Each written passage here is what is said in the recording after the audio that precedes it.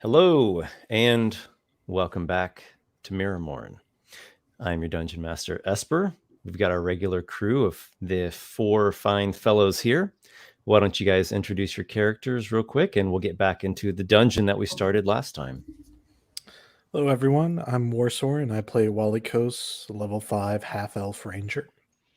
I'm Vince. I'm playing Vapor, the wild magic sorcerer. I am Nick. I am playing Adriel Mantavel, the level 5 swashbuckling rogue. I'm Adam, and I'm playing Aygir, who is an Artificer.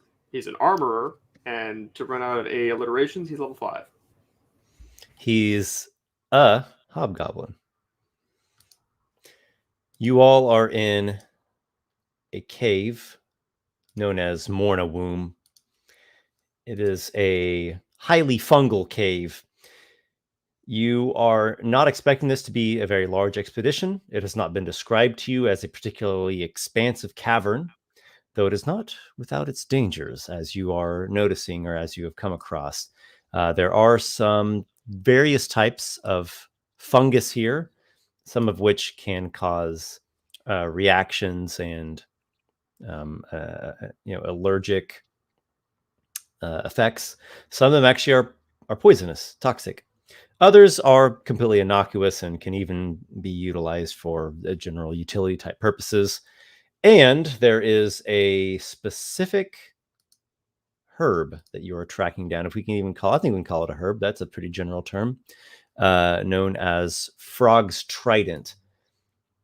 Vapor is the one who is most interested in finding the Frog's Trident, as you have learned that it is an ingredient, an alchemical component that can be used to make some sort of concoction. And you're not quite sure how that's all going to play out, but you know that this ingredient is a potential key to you overcoming your vulnerability to fire damage.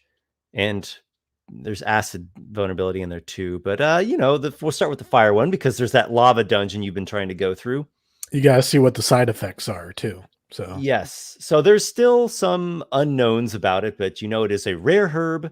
It is valuable, and it has something to do with some sort of concoction that can help you against fire, maybe even overcome this particular detriment that came into you after you imbibed under certain circumstances the troll's blood elixir. And Esper, go ahead. I was going to make a joke. You continue. Okay. I was going to say he found out about this from the Fearbulgs, correct? Indeed. Okay.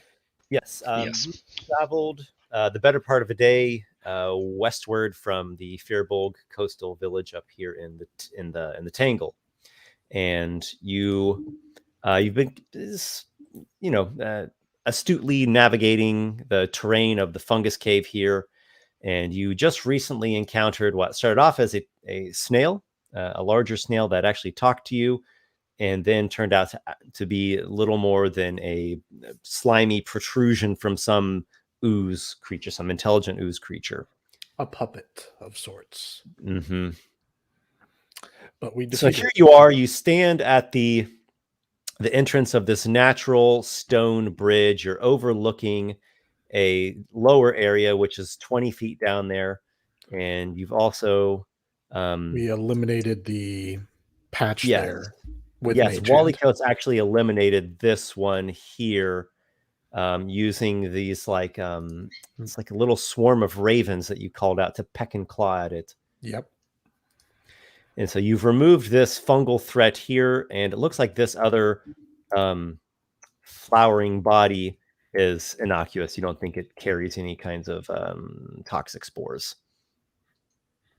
All right, what's your next step?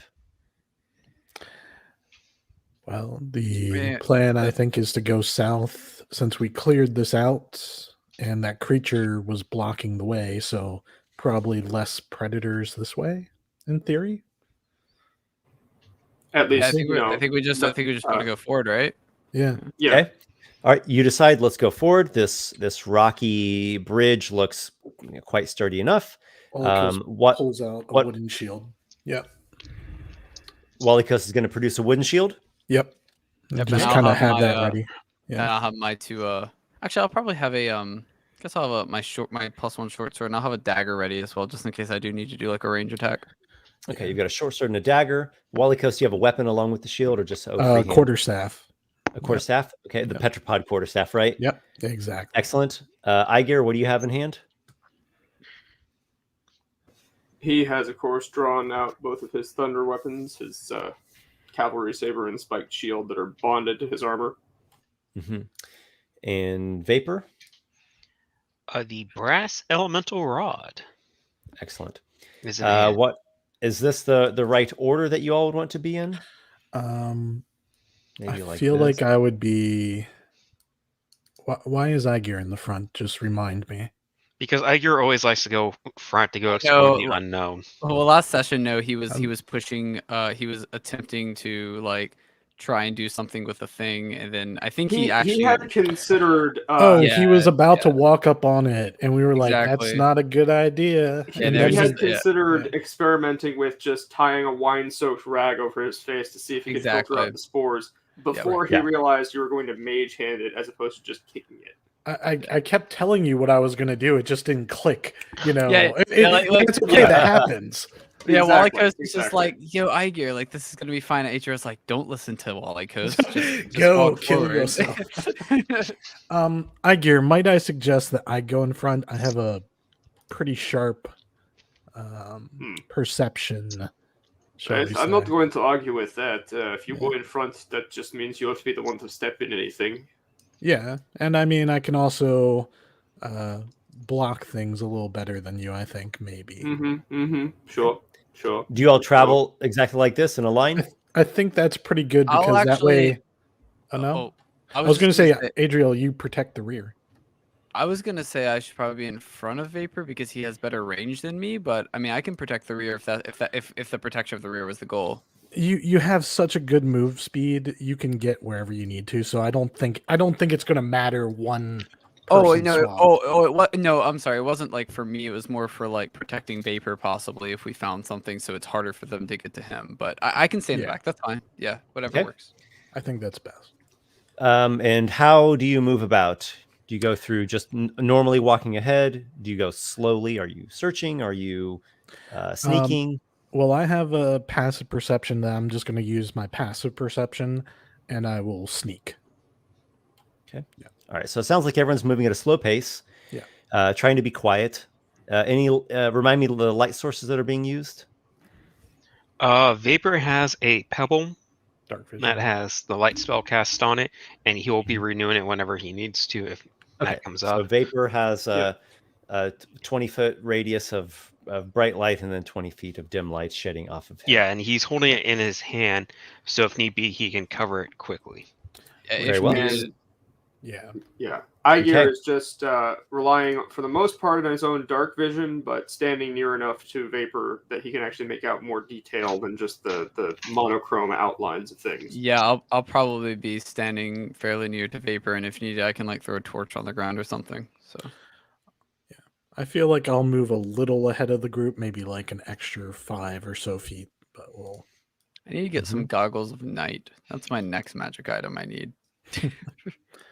Or All just right, I'm going to reveal some area here and let you know of the next thing that is worth commenting on. Certainly. So you all travel for a bit of distance. Let's see, how does that look? Yeah, that looks pretty good. Okay, you all travel for a bit of distance, and Walykos goes a little bit ahead, and he is going slowly as to be quiet and to keep a keen lookout. So I would be remiss if I did not give Walykos a perception or investigation. It's your choice. I will do a perception for sure with my expertise in it. I thought I had my dice out. I'll find them in a second. I'm just using the virtual D20 roller. Looks like we're going to have a 22. 22, okay. You do have disadvantage. This is beyond the range of the... Oh, wait, no, you have dark vision, don't you? I do. Okay, so you're in the dim light of Vapor's light spell, but that counts as bright light, or you see as well as in bright light, so no disadvantage in that case. You determine that the ground ahead looks a little different in the sense that it doesn't look as solid or sturdy. There are slight indications in maybe it sinks in ever so slightly. It doesn't look like it doesn't look just like solid rock. It looks almost like a more like a spongy or fungal type membrane that resembles rock. Rock. Yeah, I gotcha. I hold up a hand and I say, everyone, stop. I think we have another, might be an ooze, it might be a plant, but something's pretending to be the rock floor here. Ben, let's back up and perhaps we can attack it from a range. Do you want me to test this with a spell? Yeah, let's back up first so we're not immediately in its reach. And Vapor, yeah, if you have probably a cantrip, like it's gonna, if it's a creature, I imagine it's gonna strike back as soon as we attack it. So we should probably do as much attack as we can. Walykos, to you, it seemed like a pretty large area. If you can see this blue arrow that's on here, I do. It seemed like a kind of a large area here. It could be a trap. I mean, now there's like fungus and molds and slimes all over the wall and floor here. It's just the whole place is growing thick with it. But this was subtly different. Why don't you see if you can affect it with a spell to determine if it's a creature or not? Does it look more like something that is camouflaged as the rock, or does it look more like just a kind of rock-like, almost mycelium or like fungal roots? Oh, it's kind of both. I'm not sure which of those I prefer, but that's in the direction. So and this is something, just a real quick question. This is something that Aygir, who spent time with Firbolgs, wouldn't necessarily instantly recognize as like a mutapod root or something, right? You do not immediately recognize it as such. Real quick point of order. Was anyone hurt after the fight last time? I don't think it managed to hit us, but I don't think I was. No, I'm good. Well, also Vapor by this time would have re-healed everything. I'm good. I just wanted to make sure before going into another encounter. Interestingly enough, Aygir, since he rolled his thing, actually gained temporary hit points. Nice. All right, so Vapor's going to move up. Okay. And as he's moving up, he's actually pulling out some rope and kind of tying himself before handing one end to Aygir. We don't know what it is. Pull me back if it grabs me. He's not taking freaking chances in here. Fine. They've already run across one thing that's... Why don't you just zap it with your finger? I will be. We don't know its reach. We don't know what it is. It could have a reach. I mean, it could just be a trap too, to be fair. But Aygir sternly but sarcastically says, "Oh, what? What's the matter? Can't fly away, Mr. Fancy Man?" I tried to stop you, and you resisted it. With that, he takes aim and fires off a little storm bolt. Storm bolt. Okay. Storm bolt creature only, or can it affect objects? It's an attack roll, so he shoots out the lightning, and so it just hits whatever could be an object, could be a person, just whatever the little. Well, it's an 18 on the roll, if that matters for the attack roll. You send it ahead, and it kind of blows a little hole in this membrane on the floor, and it looks dark underneath. Yeah, it's probably a pit if it didn't react. Okay. Is there any reaction at all from anywhere in the chamber? There is merely an echoing sound throughout the cave. of the sound. But otherwise, there's no movement or nothing obvious. Okay. I'll take the lead again, and I'll move up to the edge of where I think it is, and I will test the area with my quarterstaff, probing it. Mm-hmm. Okay, so you probe or you jut with your quarterstaff, and it's real easy to puncture through this membrane. It's not strong at all. It's really just this thin fungal camouflage layer. And so you start tearing away, and you're seeing Basically that disarming it indeed, Yeah. you're just opening up a pit that's down there, and it's not terribly deep of a pit. I mean, it's 20 feet down. That's The kinda bottom deep, of it, the bottom of it, the base of the pit has all manner of fungal mycelium and little protruding moldy sticky bits. Gotcha. Well, I'm going is to there do a a way? I'm going to actually call for another perception check, though this is something different. Certainly. Is this for No just disadvantage Walykos? or anything that I should note? This is at disadvantage, and it is just Walykos. Okay. Is the disadvantage because of the darkness? It's outside of the bright illumination. Just checking. Let's see. That is a unnatural 20. Okay. That's with the So disadvantage. sure. So this is outside of the all of the illumination, actually. And so you see in this, gloomy, monochromatic, in your dark vision range, kind of the maybe the extent of your dark vision, or not the full extent of it, but 60 a little feet, ways out there.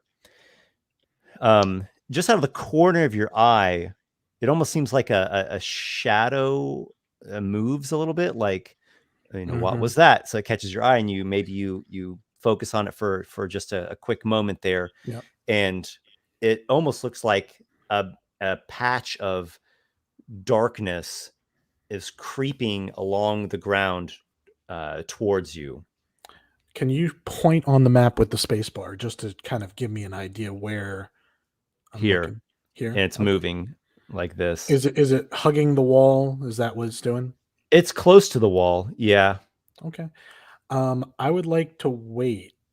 Can I do an action kind of like triggered when it reaches a certain point? Perhaps just let me know what you do, and we'll see what I'm gonna what the cast a implications are. spell, but I want it to be within 15 feet of me. Mm-hmm. Okay. Why don't you roll a stealth check? Because it seems that's kind of what you're wanting to do. See if you can Certainly. get something. Yeah, get maybe something on this. Maybe I'm kind of pretending like I didn't notice it. Mm-hmm. I'm just poking at the ground with my staff, kind of corner of my eye. Just keep poking at the ground. My stealth check is 13 plus 6, 19. 19. Okay, go ahead. What's your spell? So if I can wait until it's within, I believe 15 feet is what I need for this to work in my head. It's a 20-foot radius. Okay, so you wait for it to get within 15 feet, and I can actually describe it a little bit better now that it's closer to you. It looks like a mass, not huge, but medium-sized mass of flowing black liquid. Oh, then that's very important. I'm glad that you mentioned that, because my spell would not have worked the way I wanted. Instead, let's do...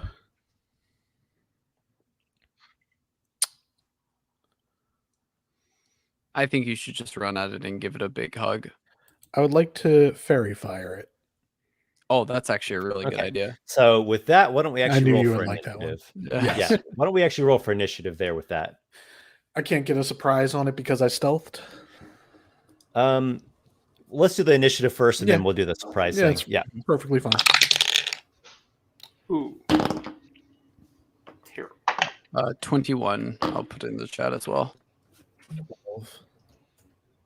Let's see. Aygir has rolled a third of Adriel. Rolled a nice flat 10. Well, I'm not last, at least. I have a really good I'm initiative, last. Aygir. Don't worry. That's why. What do you have? I'm not bad at it. I just rolled horribly. What do you have, Walykos? A 12. 12. Got the backwards of mine. Yep. All right. So, Walykos, go ahead and do your fairy fire first, which Certainly. that's what you were setting up, and I think your stealth check was good enough. So, Dexterity saving. there's a little. Yeah, is there any visual effect you want to describe? Yeah, I feel like Walykos flicks his cape to the side, and like a bunch of feathers that start glowing fly out, and just kind of they kind of swirl in the air, and they stick to things, and they just kind of they stop being feathers. They become glowing points whenever they touch, these things, and they just won't stop glowing in the shape of feathers, though. DC is so 16.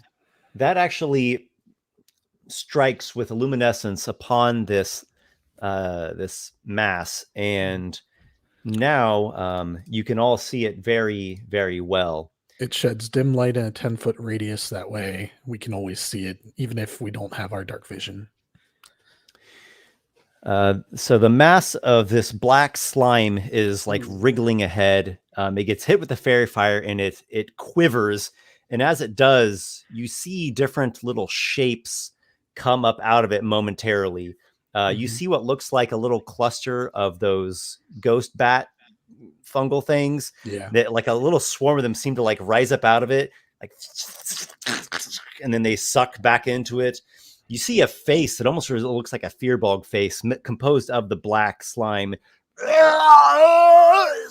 And it quickly subsumes back into the mass. Talk about nightmare fuel. Adriel, you can go first. Okay. Can you zoom out? Yeah, thank you. So Walykos just cast a spell on something, and something's happening up there. What do you do? I feel like I'd say something like enemy. Yeah. I'll let's see. Is that about 35 feet to the edge there? I'm not sure. Is it about what? He wants to get next to me. Yeah, how far is that? Okay, so you run up Not to in the picture. to Walykos. It's 30. Yeah, in front of Walykos, like here, is where he started poking out some the pit. Yeah, if you want to just mark off. I assume there's some safety around where we could step, but not directly there. Yeah, he's been like punching out this like part here. Yeah, but you're not quite sure the extent of it. I guess to Walykos, he said it's a pretty big area. Yeah, I think for now I'm just going to bonus action hide, and then I will ready an action for if it comes across the corner, I'll go for an attack on it. So I'll actually move. Is it possible to move within the space? I probably can't in my turn in the space of Walykos, right?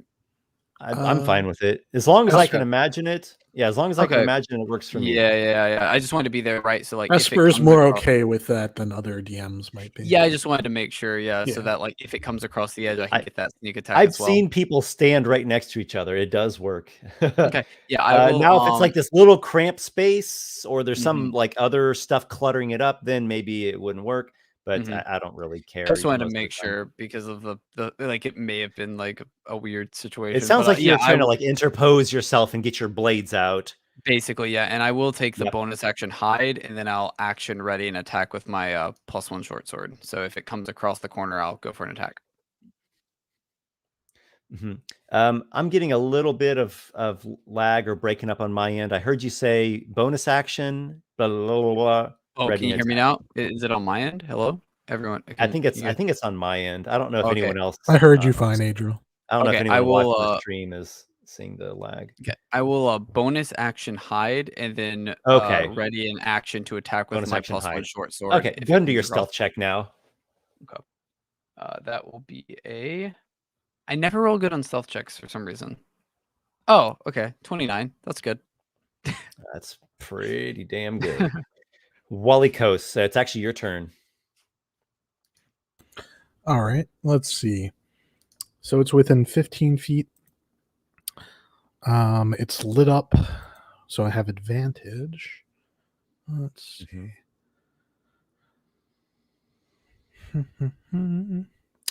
I am going to Thorn Whip it.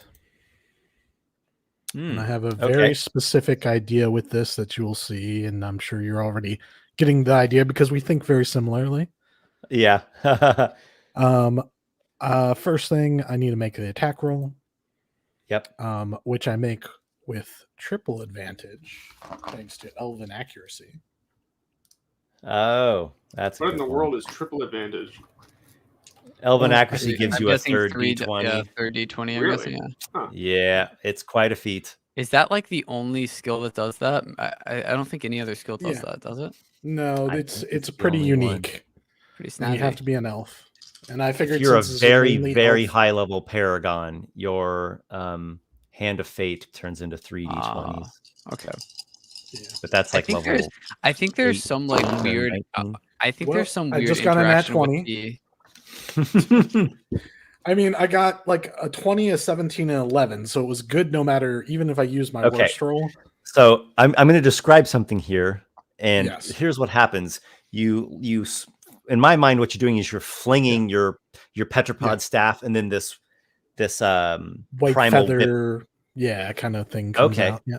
All right, so these feathers lash out from it. They strike the creature, and it makes these sounds like these strange moans and groans. Yeah. But it almost I think I sounds know like what this is. Yeah, I think you do too. It's sounds okay. It almost sounds like the thing is in ecstasy and not in pain as you hit it. That's And okay. you see that it kind of like energizes to some degree. Yeah, I was gonna say, Absolutely. you think you know what this thing is? You think maybe you think possibly yeah. you might know what this thing is. But it's I hate this okay. thing already because I know It's- exactly what it is now. It's okay, guys. It's okay. Because I know what it is. However, Esper, so long as it's not immune to some pull effect. You're pulling it is Yep. what I'm hearing. I'm And pulling where it would you 10 like to pull feet it? to the pit, the 20-foot down pit. And Esper, I need it to make a strength saving throw. DC 16. 20. Oh, lucky. That would have been an extra 15 feet of movement that I could have pushed it in any direction of my choice. But yeah, How so far do you it's pull the creature? 10 feet is what it pulls. 10 I was feet? then going to try and push it all the way into the pit. Okay. So you pull it up 10 feet closer, and it looks like it's right at the edge of the pit, and it's quite energized. And Adriel, it's within your striking distance. Push it into the pit, Adriel. Oh well, my ready to action was just an attack with my short sword. So Which an attack could be a shove. Shoves. I don't want to attack touch action. this thing. I'm just gonna hit it with You my shove it short with your sword. weapon. Yeah, I'll just hit it with my short sword. Do I get Make your attack advantage? with advantage because of fairy fire and because you're hidden. So you've got Do I advantage. get, That's do I the get point. three dice? No. Do you have the elven accuracy feat? Maybe I do, Esper. You human. 28 to hit. You strike the creature quite easily. It's not very dexterous, and it's just this liquidy substance. Okay, that's 18 damage altogether. And that's including my sneak attack. So, hello. Oh, sorry. I was reading Oh, a did you hear- comment over here. Oh, I didn't know Yeah. if you heard me or not. There's some good comments on this stream. Sorry about that. Well, you're good. a similar effect happens, Adriel. You drive your blade into the liquidy mass, and it's like you're stabbing into a pool of ink. And the voices again howl out in some kind of ecstatic pleasure or joy. And strange fear-bulged faces and other animals, a lot of bestial shapes come out of it, and they howl in glee, and the thing seems to energize even further. Go back to the depths where you came from.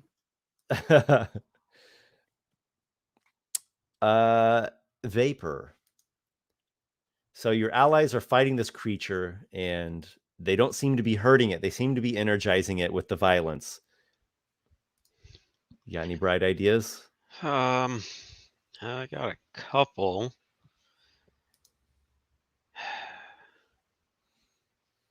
don't think I can do it that way.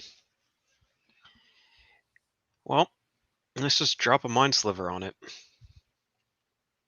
All right. Mind Sliver. Yeah. 16? Hold on. That actually... Nah, that beats it. nat Damn it. 20. Yep, that beats it. I rolled a nat 20 and it got a total of 16. Okay, so you do not sliver its mind or put your sliver into its mind, whatever suffices for a mind with this strange ooze. Do you hold your ground there? Yeah. All right. The thing lashes out. I think what it's doing is it instinctively kind of sucks onto the wall a little bit here. It doesn't really have to go very far, but I'm thinking its mass is kind of sticking more onto the side of the wall now, and it lashes this like big, long, extended hand with these like dripping fingers of ink swipe at Adriel. He's in the front there, yes? Yep. Yeah, And this is I 2 also hits. just attacked, so A mere 13 to hit. does not hit me. Nah, that's not gonna do it. Does it do anything about this fairy fire, or is that just however long you concentrate? You need to make a save at the end of his turn. Sorry. No, there's no save at the end of the turn. It's either nothing happens or I get it for my concentration. For your concentration. Okay, gotcha. It continues to glow in a color of some variety. Do you have a color of your choice? Yeah, white. It continues to glow in a soft, magical white light. Aygir the Artificer. Aygir the Tactician. Aygir the Curious. Well, yes, the Tactician, the curious member of the party, is, I guess, maybe not quite seeing around that corner. Sorry, is that the pit? That's the pit, right? Or this actually is the corner of the wall. Okay. Yeah, this is like so jutting wall. He's not fully seeing. It's like up here. What's going on exactly? But he's hearing. I think there's at least some kind of indication. There's some kind of indication that the creature is invigorating with violence, not being harmed. So, how far is 30 feet ahead of him? Okay. Are you moving there, or are you just looking at it? He's going to be moving, but okay.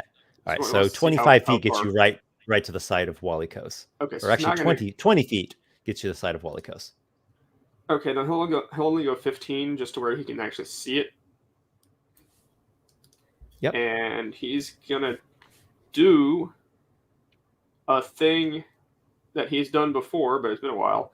And with his knowledge check, his spell focus functioning sort of like thieves' tools, he is going to take a rock off the ground and use his magical tinkering to imbue it with a sound that it makes, which is the sound of things screaming in agony. And he's going to chuck that rock directly ahead of him behind the thing. The old giant trick when we were hunting the... exactly. What are they called? Yeah. All right, you throw the rock that has the sounds emanating from it of agonized screams, and it lands behind the slime that is, flowing along the wall there, flowing pretty quickly, mind you. It's faster now that it's been struck a couple times. Noted. And then I don't know if he can also make a knowledge check, but he is going to, now that he can see it, just sort of look at the thing and see if he can figure out if he's heard of that before or something matching that description. Gotcha. Well, I'll give you a choice. Yeah, I'll give you a choice because it's an action to use skills typically. Do you want to use your action on the knowledge, or do you want to use your action on the rock thing? No, he already did the throwing the rock. He's just looking at it now, and maybe on his next turn is going to do that. Yeah, I think that's good. I'd prefer not to retcon if possible. Okay, so the rock's over there. Now, you had a reason why you threw that rock with that effect. You're trying to fool it? Is that what it is? Yeah, maybe lure it over in that direction away from us. To lure it away? Uh-huh. Make a deception check. Oh, right. Nothing like a character with 7 charisma making a charisma-based skill check. And wouldn't you know, It's actually a 17. He rolled a 19. Yeah, I rolled a nat 19. Okay. Now, let's see. It's a rock with these sounds. A rock with these sounds. Woo!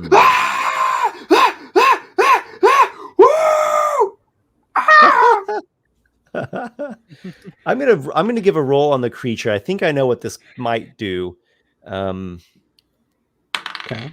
Okay.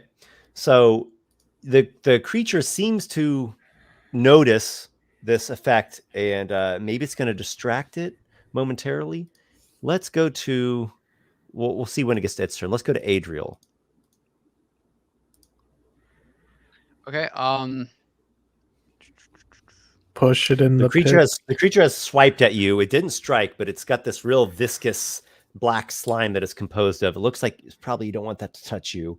Yeah, no, that's why I'm not gonna push it. Its into the attention is pit. starting to get drawn a little bit to this screaming rock that Aygir threw, and Is it possible for me? your own strikes didn't seem to hurt it. It seemed to make it start flowing faster.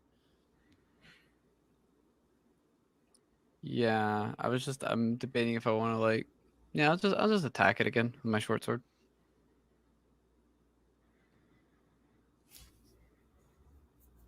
You have advantage because the Very fairy fine. fire is glowing. Esper, your grin is such a.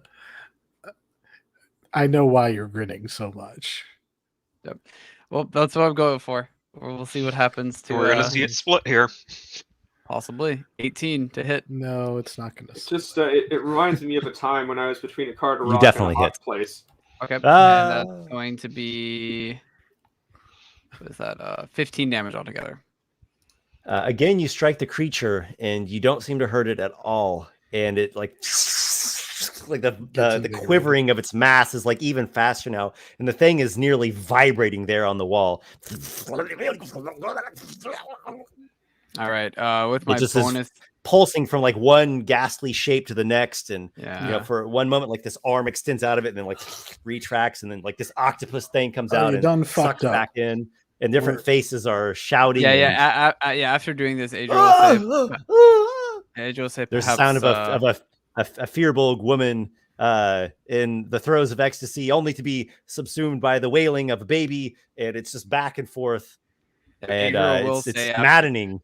Adriel will say after that, perhaps I was wrong to attack it again. Discretion. And then I will bonus action disengage and go back as far as I can. Yeah, that makes sense. All right. So, Adriel, you decide this is not the best thing for me to be doing, and you quit that project. Yep. Okay, so you get back over to there. All right, what can we do? Walykos. All right, so the problem is pushing in the pit would have been a nice delay until it suddenly got faster and faster and faster. Mm-hmm. This pit isn't going to even slow it down, I don't think, if it can climb the walls. Because the pit's only 20 feet, if I'm understanding correctly. So I see reason in your words, yes, without getting too meta. Yeah, no, the only thing I can think of doing at this point is attempting a knowledge check. Without that knowledge check, I think we just run away as best we can and get chased and hit by it. What is this? Yes. I say everyone pull back. Well, let me see what my knowledge says first, and then I'll say that. Mm-hmm. So Esper, would this be a nature check? I'm going to let you choose what kind of knowledge you want to use. Nature is the one that I'm trained in. Okay. So I would prefer nature if you think that has any application here. I don't want to interpose myself in this case, so just do what you want, and I'll tell you what you might know from that skill. Right. Wasting action 1. Here we go. That's a nat 20. I'm not even going to lie. 23. Okay. Yeah. All right. So there is something decidedly unnatural about this ooze. This is definitely not your ochre jelly or your gelatinous cube. There's something bizarre about this creature that seems to defy like the logic of reality or the constants that you know from the world. But give me something. Not 20. Yeah, I'll give you something. Even if it's just the key that I need. I don't know if I'm going to give you that, but I will tell you that you feel that indeed pushing this thing into the pit is going to be a very, very short-lived solution because it's so fast now and it can climb so readily. You think it will fall. The fall's not going to hurt it. Whatever poison down there isn't going to hurt it. Maybe the sticky fungus at the bottom can restrain it. That is a possibility. Okay, so it's not a total lost cause.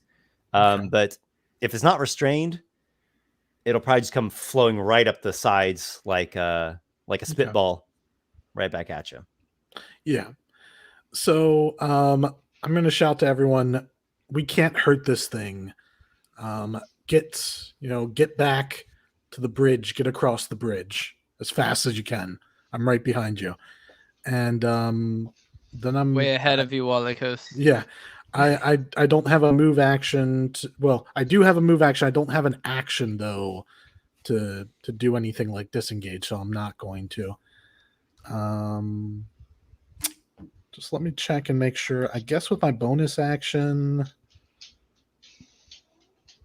Shillelagh or something. I don't know. Yeah, sure. Right. So you're not quite certain. You charge up the Shillelagh just in case you need it. It'll last for a minute without concentration.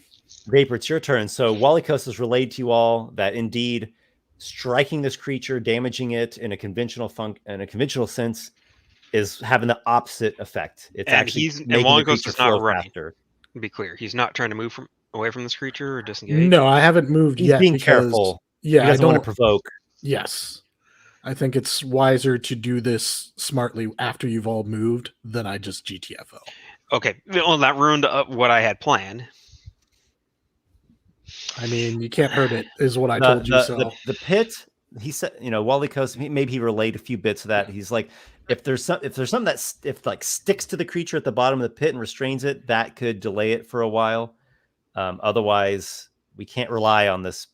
We don't know. The pit's not a sure thing. By the way, just confirming, like with it not getting hurt by our attacks, like my magic weapon also did not hurt it, right? The +1. Correct. Okay, just confirming. Okay. Yeah. Yeah, and as I was explaining to Walykos there's something highly unnatural about this creature. Yeah. Vapor, if you want, you could use a different knowledge-based skill. You could use Arcana, Religion. Yeah, he's going to use Arcana. History. Okay. All right. Am I allowed to use my Charisma modifier for that, or do you want me to still use this? Is intelligence because this is actual knowledge that we're talking about here. Yeah. That's an 11. You have really no clue. So, do you have a random experimental thing? Not random, but an experimental thing you want to try? Run away, like I said. Walykos is saying flee. Well, since that's my action, let me double check the spell. I don't think I can cast that as a bonus action. What? Of course, that was your action. Yeah, my bad. Yeah, I just want to see if it's usable as a bonus action real quickly. Yeah, maybe you have a quicken spell. I don't remember what your meta magic. I do have a quicken spell, but I rather not burn meta magic here. Give me 1 second. Why is that? I went too far.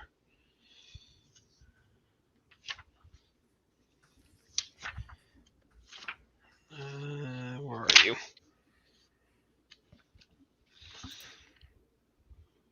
Nope, that's an action. Okay, so he'll just back up, because with the boots of leaping and striding, he's got an additional 5 or 15. What's it? The boots of striding and springing plus 10 to your speed, and so he moved back 40 feet. All right. So that gets you a good amount of distance. It does take the light away. So we've got Aygir. No, it doesn't. There's a 10-foot dim light radiating from the creature from Fairy Fire. Oh, the Fairy Fire. Nice. And these two do have dark vision. Yep. Do you want to drop the pebble or do you want to keep it, Vapor? He'll drop it at the intersection. Mm-hmm. Okay. I'm just gonna make a little Token. token here. Yeah. A little token. Little Put it token. on the object layer if you want. Oh, Yeah, that's why it turned out so big. yep. Okay, so we'll just remember that this is 20 feet of bright and 20 feet of dim. Okay, Yeah. Very nice. We now are onto the creature's turn, in fact. And in a cacophony of shapes and sounds, it swipes a pseudopod at Brave Walykos. Yep. It's 24 to hit. Ooh, I'm doesn't certain hit. that will do No, it. I'm just kidding. That I was does. gonna say, doesn't it? Oh my goodness. Let me just check things. If you're gonna do acid damage to me, I've got to absorb elements that I'm gonna cast. Okay. You're probably going to want to cast that. I know I will. It's almost like I've read your new book. Yeah. There is a great deal of pain that it inflicts with its pseudopod strike. Okay, so and we don't even have an inkling of an idea how to deal with it. Mm-hmm. First, there is 8 bludgeoning damage. Yep, got that. Then there's the acid. 8 bludgeon. 23 acid. I'm casting absorb elements, which means that will be Take 11. 11, which is a big difference. Yes. So when it hits you, this burning sensation of pain like racks you. You stave off, some of it with your spell. Does this again invoke up like a flutter of feathers? Yeah, I feel like the cloak wraps around him and tries to shield him from some of the acid, and the feathers just kind of shed the acid like water, like off of duck kind of. So the terrible acidic racks get subdued to a degree off of your shield of feathery magic. I need to make a concentration check for fairy fire. That you do. I don't. It would have to be over. 10. Yeah, it would have to be over 20 points of damage for me to. Yeah, 22 or higher is when it starts getting over DC 10. I do lose the spell, unfortunately. I rolled a 1, but that's fine. I mean, it lit it up, I guess, but it wasn't really doing that much. And Vapor dropped his glowing pebble there, so. It was giving us advantage. It was giving us advantage, but attack rolls typically lead to damage, which doesn't seem to do damage. That's the thing, yeah. Aygir, it's your turn. He sees that and says, "Walykos, I thought you said you were going to run," and he's gonna. It's been literally 3 seconds. I know, but he's not running yet. It's been literally 3 seconds. This happened as I said run. He hit me as I said run. So he's just staring intently at it, trying to puzzle out. He, the knowledgeable one who likes knowledge, to just figure out what the hell is going. How in the names of the gods bloated arsehole are we going to harm this thing? Why don't I see maybe if he can make something happen with an Arcana check. Mm-hmm. Which he is good at, but I was just about to say I could roll low, and I shit you not, that is an actual bona fide, verifiable 20 that I have just rolled, which makes it, I think, a 27. You're rolling hot tonight, man. Just get those out of the way now. Get them out of the way now. What do you mean rolling hot? I've rolled a 17. I was the one who rolled 2 20s earlier, Esper. Yeah. Okay. Did you but you had a nat 19. Yeah. True. That's true. Yeah. And a 7. I also rolled a 7, which actually was a 4. I mean, to be fair, though, I rolled one of those 20s with 3 altogether and take the highest. So that is fair. Yeah. Yeah. So what's important is Aygir comes up with a 24. Yeah. Nice. You come up with a 24 on a intelligence arcana check. You're not sure how. You're not sure why. You don't know what exactly this creature is, where it came from, what is causing this. But you have a strong suspicion that it has an inversion of both damage and healing. Huh.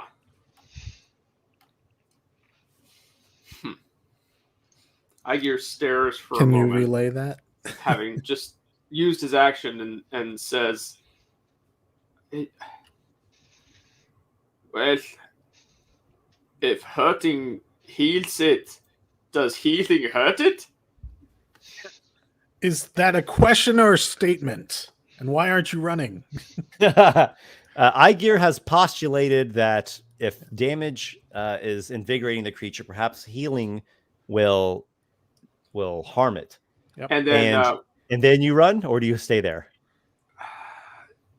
he stays there because Walykos is still there, and he thinks Walykos might be in over his head in this particular instance. And also, he's a little bit just frozen with analysis paralysis at the moment. Yeah. Okay. Somewhere between bravery, care for his friends surviving, analytical paralysis, and perhaps a dose of curiosity. Aygir holds his ground. The in character, but decidedly mechanically suboptimal move is what he does. So, Adriel, you've just heard this and observed this. Do you have something on hand that you think could be employed?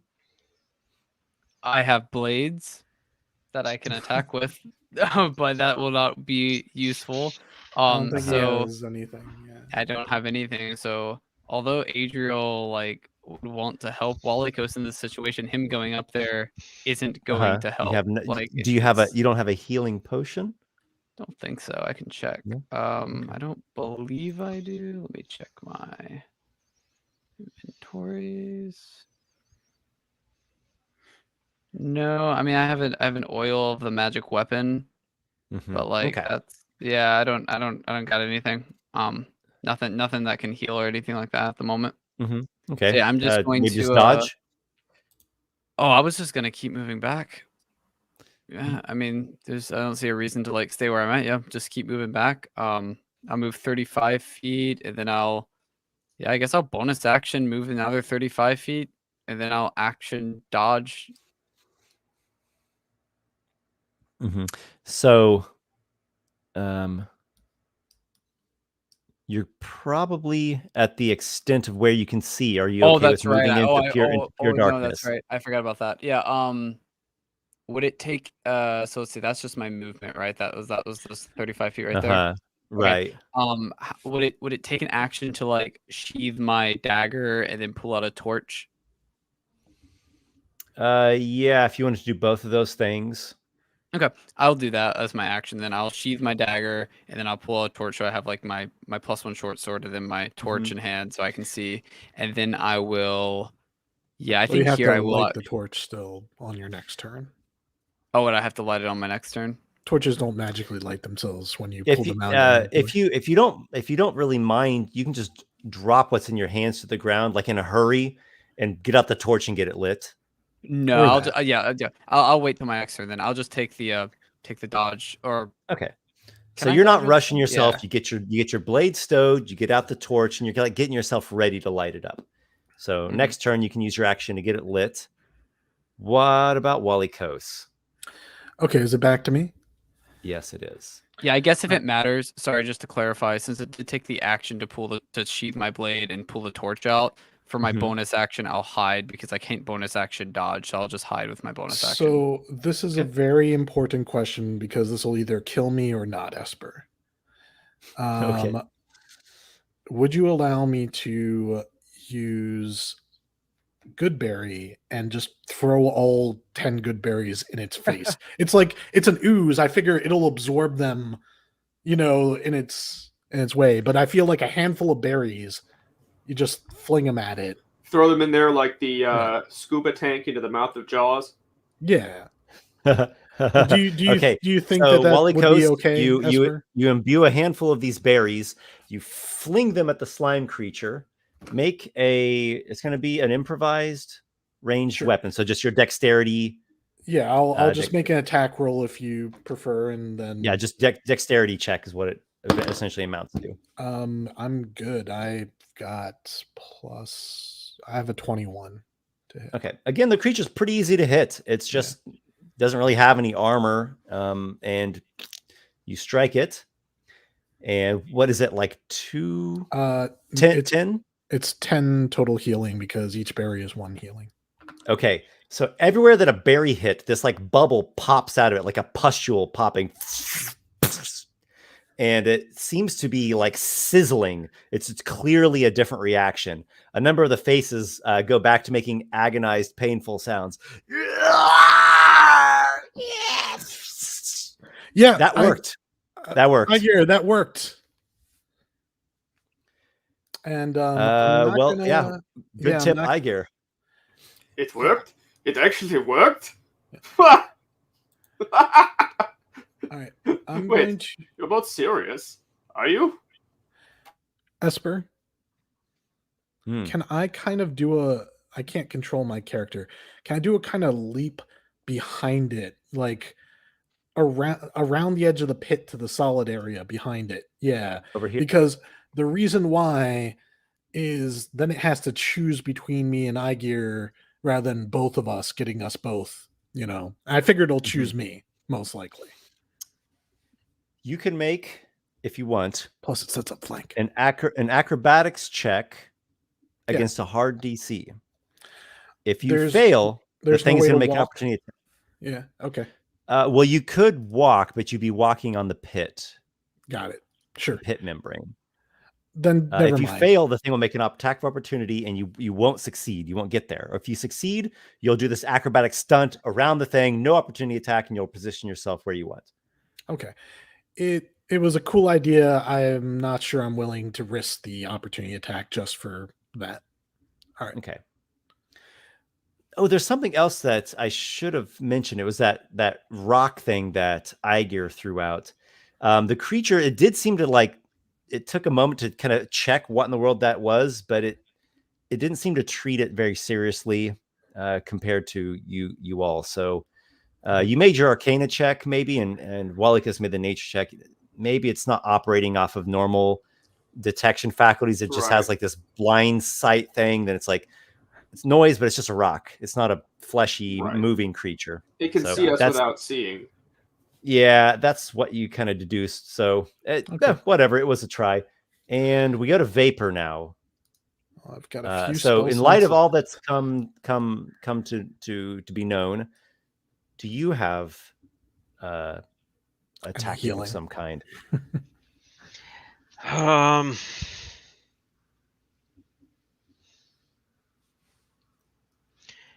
Well, with this new information, Vapor now has several different ideas of what he could possibly do.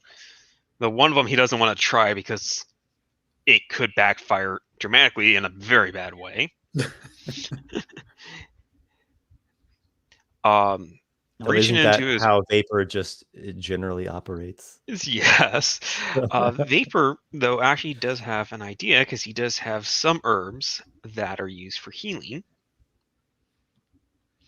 So he's going to pull them out, stuff them into an empty bottle, and then run back up. Okay. Why did you put them in the bottle? Just out of curiosity. Very difficult to throw a leaf at a distance. Easier to throw in a bottle. Fair. That's fair. I was just curious if you were just going to jam it in there. I was like, just throw the leaf on. Here's what I imagine. Vapor, you spend your action readying this improvised herbal concoction. Herbal bomb. Yeah, exactly. And you get that ready. You move your speed, and then we'll get back to you.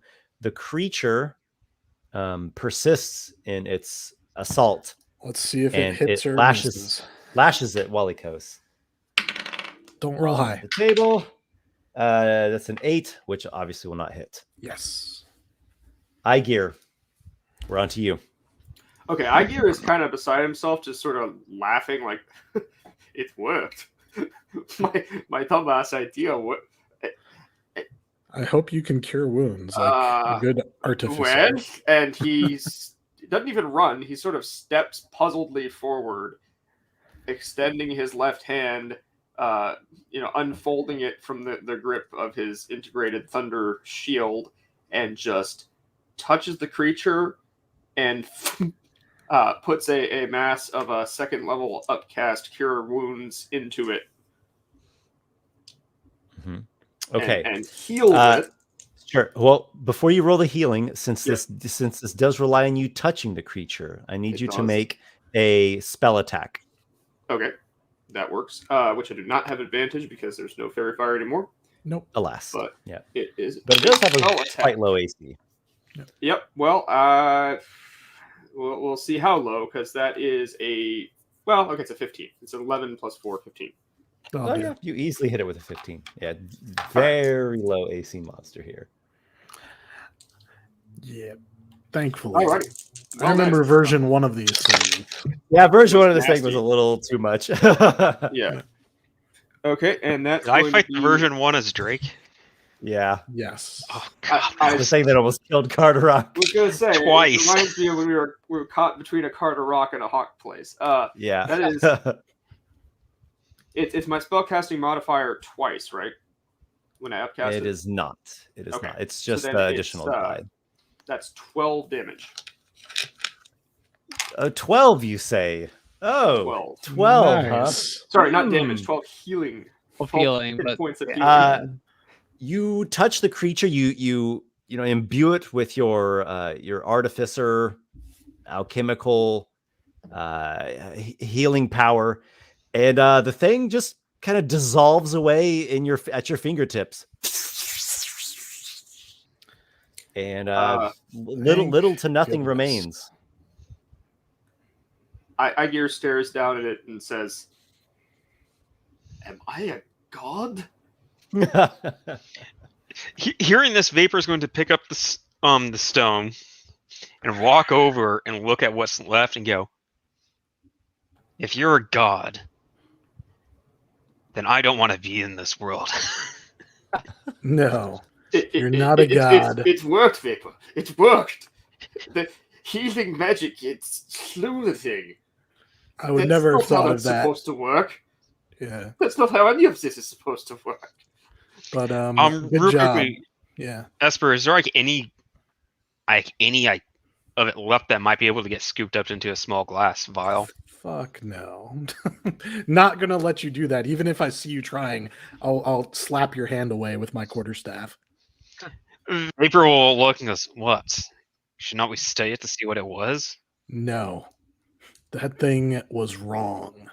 That did not belong in this world. Vapor, the troll-blooded who regenerates, one day gets burned by a bunch of fire damage, but the damage actually heals him, but then he takes a bunch of healing magic from an intelligent enemy. And yeah, I don't need Vapor thinks, screaming in down, and ecstasy then heals him. every fight that we go into. Yeah. Adriel, come back. See, that was one of my ideas, was cut himself and try to get some of his drops of blood on it just to see what happened. But then I had this theory: what if it absorbs the healing factor from Vapor's blood? So even when we damage it, it heals it. So back that up. would have been in the grimdark version of this campaign. Vapor just runs up, cuts his arm off, and just blood jets all over the thing and destroys it. I should probably say that grows back. if Vapor started going back, Adriel would have too, because that's his only light source at the moment, so he would have followed. Assuming so when Walykos stops them, Vapor will just nod his head, kind of understanding, and puts the vial away and just takes a couple steps back from where this thing was slain, so that thing just to show me. that, hey. Yeah, that was pretty bad. I couldn't have taken another hit. It would have probably dropped me. Right? Vapor looks at the other vial of herbs. Well, if you don't mind chewing on some leaves, this might help. Will it? Okay. Not to alarm you, but should we run into another of those things, I can only do what I just did one more time, at least at this effect. And I have no way of healing myself. Now that I know what its weakness is, I can create more berries.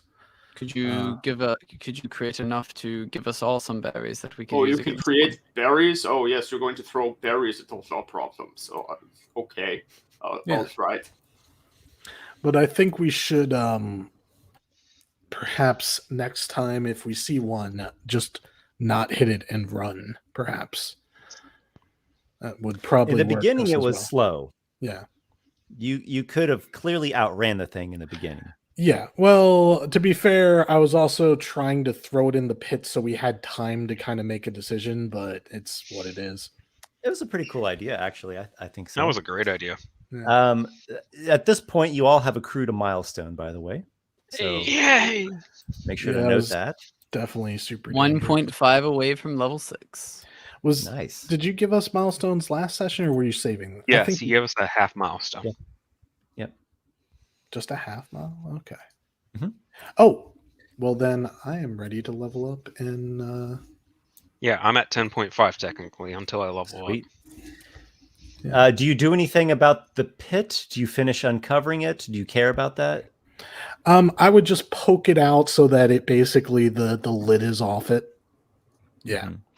And that All right, way so we can avoid between Walykos and the others of you, we'll say that you get the pit uncovered. It's So this was pretty like large a sized membrane. one. Yeah, essentially like a fungal Okay. membrane. Hmm. Does it seem intentional or no? It seems natural. Okay. And when you look down at the bottom of the pit, there is some kind of sticky fungal membrane.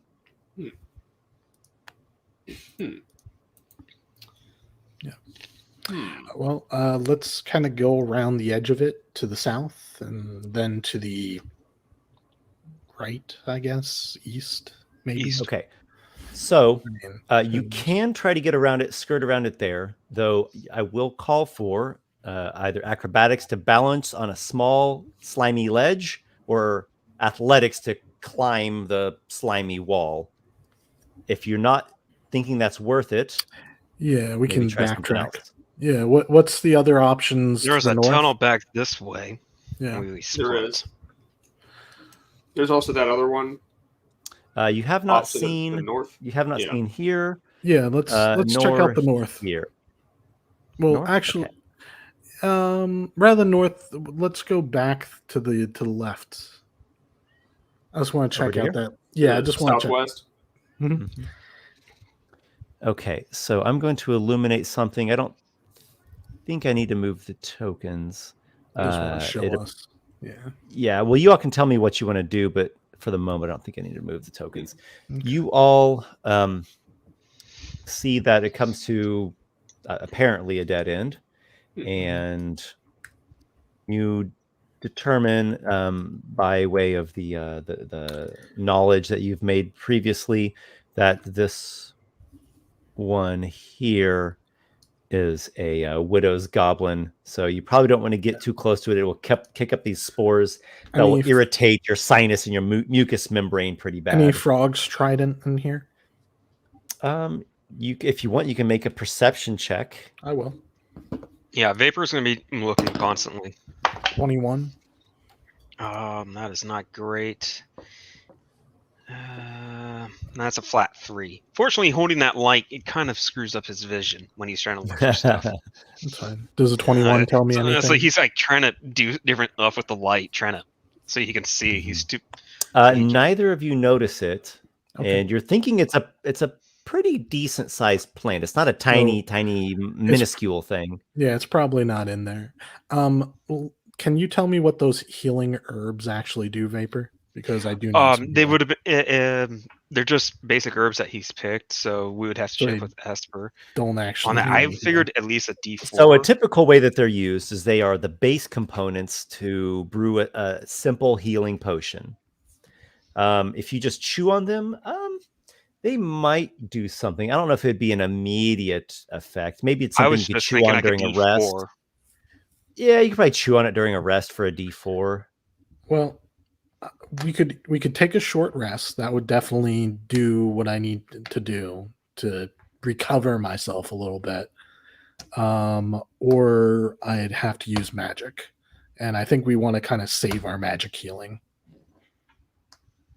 So what do you guys think? Short rest? Short rest sounds good. All right, let's backtrack to the where we kind of came in, I think. before we It's- explore new stuff. All right. Yeah, you all have right. not So, gone terribly far, so you can go back. Yep. Oh, go ahead, Aygir. Aygir generally supports this line of thinking, but being true to his flaw, if nothing else, he does step up. He does get dragged. Just a little bit to beyond where Walykos is right now, just to sort of peer around that corner. He's not going to go there. He's going to look a little. That's when the crook, that they use to drag people back off stage. With the rope like that he's still technically holding vapor poles on because he never we technically never said whatever happened to that rope. Aygir, let's go. Yes, yes. I'm coming along. I just want to. Vapor needs his walkies. I had a 4th edition dungeon that it was this labyrinth, and there was this monstrous humanoid thing with a big barbed hook that had these secret tunnels and doors he would access between the walls, and he'd try to like hook the last person in the party and pull him through. I can actually show you real quick. Where's my book? All right. Yeah, it was just a real quick like impromptu drawing I did of the thing during the session. Yeah, let's see this. You just made me think of this. You made me think of this guy. Excellent. Yeah, here he is. Oh, nice. See, that should be in your next book. Yeah. Oh my gosh, he should be. I don't know why I don't have the name here. His name was something the Hook. Something the Hook. Okay. Anyhow, that monstrous humanoid guy is not here. Oh, well. Maybe he'll reappear at some point. Nonetheless, yes, true to Aygir's fashion, as the party starts to head back, he, lingers and just has to check one last thing. Now, I will thorn whip his ass. Let's see. You have 60 feet of dark vision, if I'm not mistaken. That's correct. Aygir is a hobgoblin. Excellent. Aygir, this tunnel, if we can call it that, is actually a slope that goes downwards, and it leads down to that lower level. And if you want to do some kind of skill check, by all means, do that. Otherwise, that's what you see. All right. Skill check. Well, I see there's a big fungal blob right there. Do any of those look like anything we recognize so far? Be they Widow's Goblins or Blue Caps or Frog Striders Blue Crown. or Blue Crown, yeah. You do not recognize it, no. It doesn't look like Widow's Goblin nor Blue Crown. Frog's Trident is going to look completely different. Okay. It's going to have like this, like a more vertical and spiraling, almost frond-like top. Does this lower level look like a river or something? No, though the whole place does have a kind of slick muckiness about it because there's slime molds growing everywhere. All right. Well, there's nothing obvious. He's just going to double back, and when he's walking, tell the rest of the party with that way leads down. At least we know that. Mm-hmm. All right. So you all head back up here. You traverse the natural stone bridge. You climb down the rope that you had affixed there, and then you climb up the rope on the other side, being careful not to get too close to the to Blue Crown. And you skirt around this one, and anyhow, you get back up near the mouth of the cave. That's what it sounds like, where you can take some time to rest. Yeah, that sounds good. Okay, I'm going to do a roll. See if anything comes along.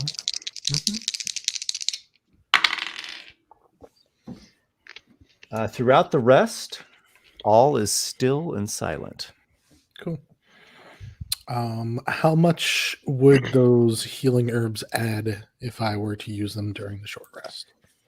Just a D4. It's quite minor. It's really the base ingredient that gets like distilled and refined and mixed with other things to make a healing potion. A D4 is still a D4. I will take it gladly.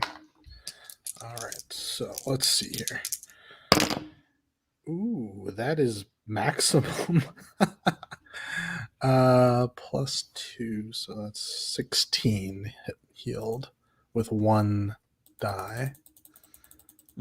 Excellent. That's a lot. Yeah, of that's pretty healing. good. Yeah, pretty good for 1 die. I don't think I'm even going to use another die because I don't need it. So Makes sense. I mean, save them just in case we need another short rest, right? Yeah, I'm only 3 points off. So actually, what I'll do is cast Good Bear again because I assume we're going to need some at some point, and I'll eat 3 good berries, which will get me back to full. All right, you eat 3 of the good berries. You have 7 remaining. Yep, and I'll hand those out just so that you can quickly pop one in an ally's mouth if they're down or something crazy. Yeah. Probably Vapor is the one you want to do that to. Vapor, go ahead and take 3 good berries. I was referring to the pop it into his unconscious mouth. Well, he's got troll regen, but yeah, I guess. I was alluding to when Aygir initially did that to him. Yeah, that's fair. The reason why he has this whole thing in the first place. True. I will say that Vapor is also probably the person to get them because he's more likely to be on the back line. So maybe Adriel, since that could be some small measure of attack if you come across another one of those strange inky blobs. What if I like put the juices on my blade and then attack with my blade? Then every time I hit, it does damage. Doesn't work like that. Adriel, you can take 3 as well, and I will keep the last one. How long do they last?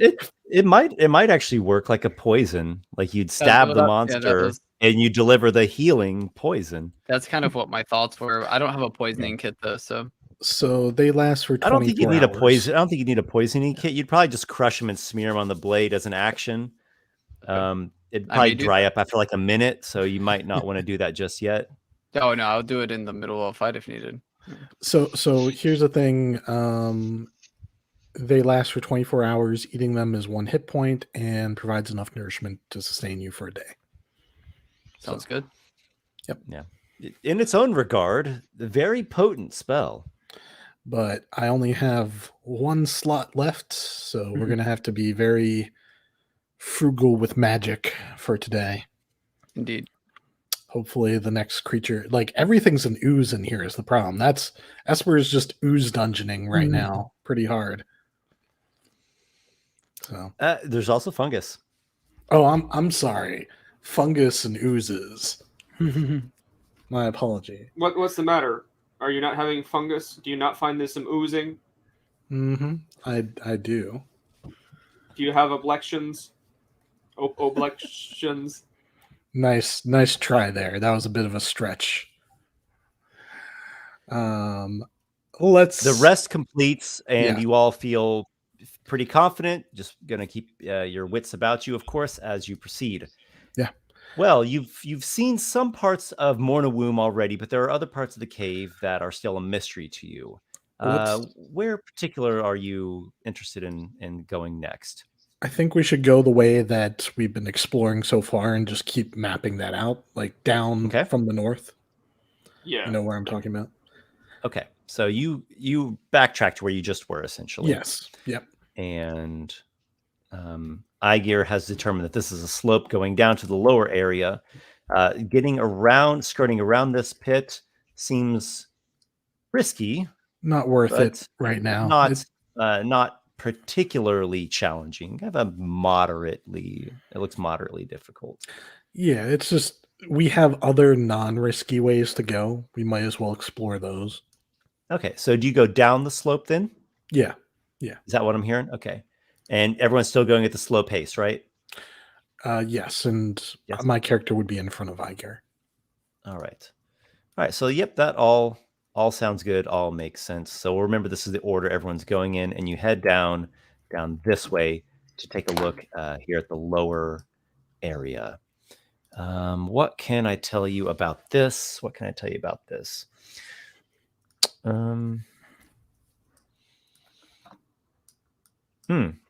Okay.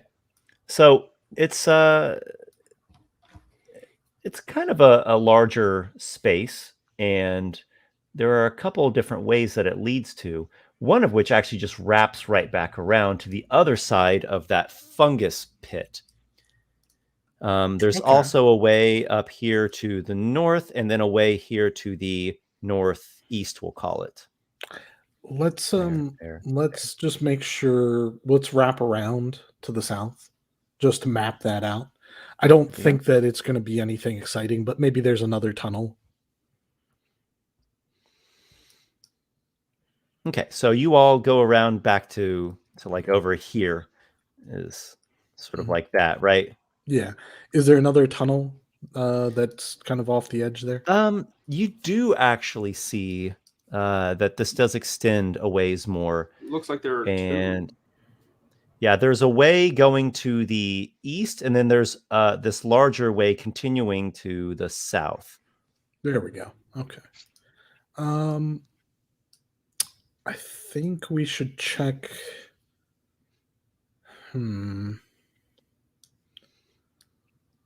Well, the south is where I saw the thing. That's where it came from. Maybe we should Where it came from, yeah. Maybe we should. Well, should we avoid it? It might be dead now. If that was the only one, we haven't seen any more of them. So yeah, let's go to the south, but be ready to run. Just because I don't want to, like, I want to find a good place where we can hit it with healing. You know. Okay, so you all proceed southwards, and you come upon we'll say it's like the extents of this southern chamber. Yeah. It ends here, or at least apparently seems to end. And I've had to do some very highly detailed technical drawing because I ran out of actual battle map. Though on the other side of this rock formation, you see none other than a greenish colored vertical tri-pronged curling fungus. AKA Frog's Trident, aka Espriza. Trust the ranger to know his way. All right, that looks like what we're looking for, guys. I do want to look around for other enemies just to make sure there's no other oozes on the ceiling, on the walls. To the windows? Most definitely. No, we're not going to go there. Though, now that this has been revealed, I do want to give a quick thank you to Seafoot Games on Patreon for providing this wonderful map. That's awesome. It's a nice one. Yeah, it's very nice. Is that the one that you patron? It's actually not. It's someone that I just recently came across. Okay. But maybe I should. I'll take a look at it.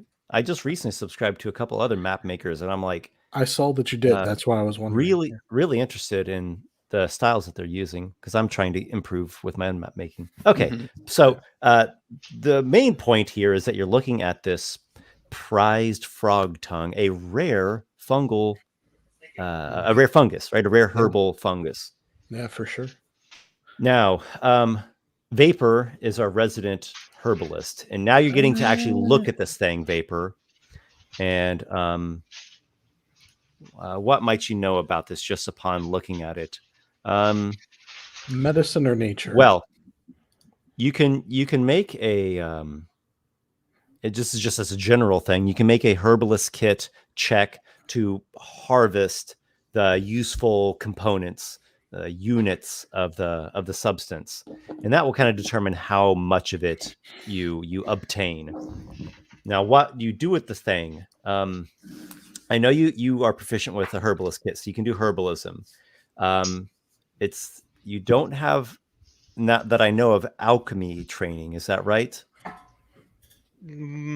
Unless that's part of making potions, then alchemy would have its own separate skill. It's alchemist supplies. No, he would not. Then he's an herbalist. So you are related to some way. You have some kind of relationship or relation to alchemy, but you yourself are not studied in alchemy. You might need an actual alchemist to brew up something as potent as what you're looking for. But let's see what you can get from it, and I can tell you. Before you harvest it, though, I want to make some nature or some sort of checks to just knowledge-wise. Is there, a good way to harvest it that it'll grow back? You know, like obviously you can just rip something out of the ground. Oh, I actually rolled that, and I got a 21 for that roll. Okay, and this is a nature check. Is that what's happening? Well, he's using his herbal kit proficiency. Okay, you're using the herbalism kit. Yeah, to take only what he needs, but leaves enough to let it continue to grow. So if He need wants- be, he can come. Yeah, he back. wants to just harvest without killing the plant, ideally. Nice. Okay, I think that's fine. Your check was a 21 total. Yeah. Take only If I'm adding pictures of only proficiency to footprints. it. Yep. Okay. You have 4 units of frog's tongue. Frog tongue 4 is what you have. So, judging by this,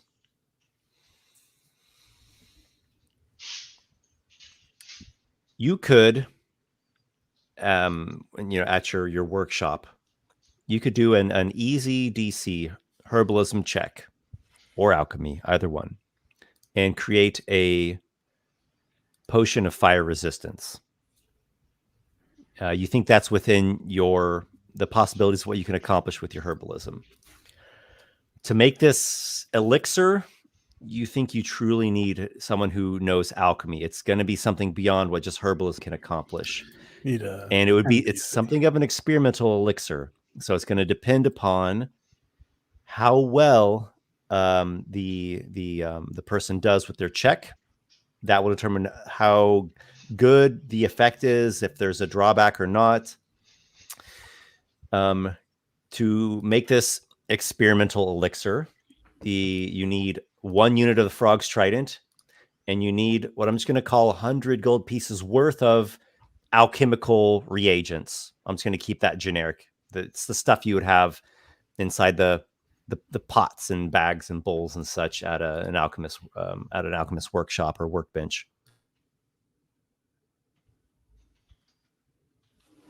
Okay. What do you think, Vapor?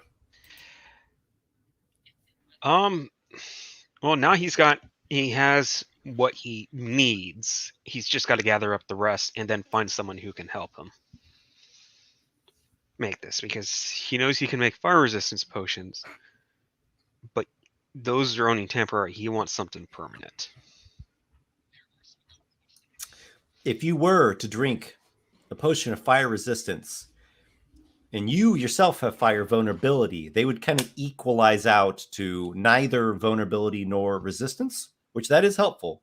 But as you said, it's not, you want more than that, understandably so. Canis Spindle is proficient with alchemy supplies. He's an alchemist. What's his name? The house mage of Mantavale, Crispin Willows. Crispin Hallows. Thank you, Crispin Hallows. Yeah. Adriel can tell you he is proficient with alchemy. Is he more of an expert than Canis Spindle is? Well, you're not sure. Canis Spindle's, he does a lot of experiments up there in his tower. You don't get to be that old as a tinkerer without learning a few things from your mistakes, if nothing else. Very true. All right, so Vapor's got stuff to think on. Mm-hmm. But he does agree with Walykos. They should clear out the rest of this cave network before leaving. Yeah. So you all decide, let's keep exploring. Maybe there'll be something additional we can find that will be either worth taking with us, or maybe some kind of threat that would be better just to quell that now in case we want to come back here later in the future. Do you have a preference, or should I just kind of go with the nearest tunnel here to you? So wait a second. What are we doing? Exploring the other tunnels or cave chambers. Is that what we're doing, guys? I thought that was the impression I got. But I mean, you don't have that to. was the impression I got from Walykos. He wanted to see why we can't just take a look. Yeah. Of course, I you don't would know. say that, Aygir. Adriel Yeah. is hesitant. Adriel would look at the party like if that's what we're discussing and say, if you don't mind, I'd rather get out of here. We found what we needed. No reason to endanger ourselves more. We found one of them, Adriel. One of them. Yeah, we found enough. Look how much Vapor gathered. That's got to be enough for what he needs. Yes, we found what Vapor needed. He has what he needs. He can either make some kind of Plus, elixir potion himself or find someone else who can. Yeah. Plus, this way, if we go now, we can be back in time for that meeting with the council where we need to warn them about Baal Vondor. And we also need to explore the rest of that fire dungeon. I mean, there's a lot here that we could explore, but who knows how long these tunnels go on? They could go for miles, you know. You see Vapor kind of breathe, and it's like he wanted to kind of see if he could find more of this slightly in the back of his mind. But hearing like these points, he has to admit they're very good points. Walykos, would I need to be required at that meeting? Well, you are part of the Vanguard, Vapor. Yeah, I know, but I would like to see if I could start brewing these potions. And well, if we leave now, you can start on that. That way, you have plenty of time to do it. If we took the time to explore, we'd have to go right into the meeting. So I see. Good point. Take these with you now, and you can start playing with them and doing stuff that you want to do with them. Very well. Then let us Plus, we get can going. long rest and level up. I wasn't going to say anything on that. All right. So has the party decided maybe it's better if we go ahead and leave now? Yeah, I mean, I'm not going to say that the things here were beyond us. They were definitely challenging. That ooze could have killed us if it had not gotten, the one that pretended to be a snail. It probably could have done some serious damage if it hadn't just flubbed its rolls. But oh, that was right. It did not do good on its rolls. yeah, it paralyzed, and it still flubbed the paralysis attack. Esper is like frowning right now. I can see it at the corner of his mouth. Yeah, he's upset on that. But it's okay, Esper. It's okay. We still love you, Esper. Next time. It will have its vengeance one day. Yeah. Your creatures, they've got the numbers in their favor, Esper. You have hundreds and hundreds of foes that will come at us. So let's back out of here. We can come back and explore this later when we're just bored and need some time to, I don't know, harvest. There's a bunch of stuff in here, I assume. There's a few other mushrooms that appear to be useful. Heck, even the Goblin's Willow might be useful if we were able to find a way to safely harvest those spores. With Mage Hand or something, I imagine. Yeah. I think that we could come up with some ideas and then come back. We had a very specific purpose here. We accomplished it. Let's come back when we have another purpose. I know that Aygir is like, but I want to explore. It's like, yes, but we can explore elsewhere. It's all right, Walykos. I have my urges under control. I know what we need to do. I know what we need to do and where we need to do it. And it's back in Barnacles. Okay. I am ready to go. Very all right, big so of you to admit that. the party seems to be on the same page, and you all decide, let's get out of here. Okay. But I do have to ask, but Aygir. Well, yes, no, this is exactly where I'm going. You do know exactly what's going to happen now, because there is totally another tunnel right there on our way out, which he is absolutely going to just step a little bit into and peer down. Esper's like, okay, yes, so... I can trigger this encounter. Hey, me as a player, okay. I'm fine with this. And I'm fine with you it are too. Of course. So, Aygir, you do see there is a tunnel, and it's kind of wrapping back up in there a little ways. You want to maybe go just a little farther? Oh, oops! I dropped my Aygir, bed come back.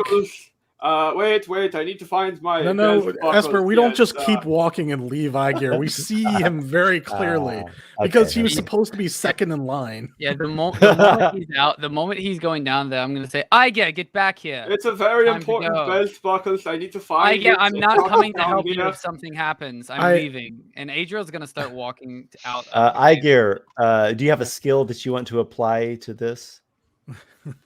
Investigation? Okay. It seems like that's what he's doing. He's sort of just seeing if there's anything of interest in that note, and that's actually pretty good. Yeah. It's going to be not natural, but it's an 18. Okay. So you quickly investigate, which is usually your immediate surroundings, because investigating revolves very fine detail searching and deduction. And you don't, amongst the rocks and slime molds and little fungal patches right near to you, nothing particularly catches your eye. And like right as you turn to leave, you do notice these flowering bodies at the end are different than ones you had seen previously. You can't make out their color because this is your dark vision, but the shape of them is a little different. They're a little taller. They're a little more oblong, like almost pointy spire-like, and they have these gills that come out almost like wings. Interesting. Aygir, are we leaving soon? Or are you going to be staying here for the rest of your days? He lights a candle and steps a step or two closer. Do you want to get within where the close enough where the illumination of your candle falls upon these? Yes, so he can actually make out some more fungi? details. Yeah. By the way, it is very important to realize that Adriel said he will not help Aygir if something happens, and he is walking away. Like I get it. Aygir knows. He hasn't acknowledged it, but he knows. Fair. Okay, I just wanted to make sure that He knows you don't need Adriel. All right. I'm gonna linger just long enough. So curiously, they have the shape that I've described, and you can maybe they look like some kind of creature almost to you, but they are stationary fungi, you think, and they have a rusty orangish coloration, blotchy, with these crimson veins that run throughout them. So they look almost like they have wings, and they're a rusty orange color. With crimson veins running through them. And they have these kind of like taller, oblong, almost spire-like shapes to them.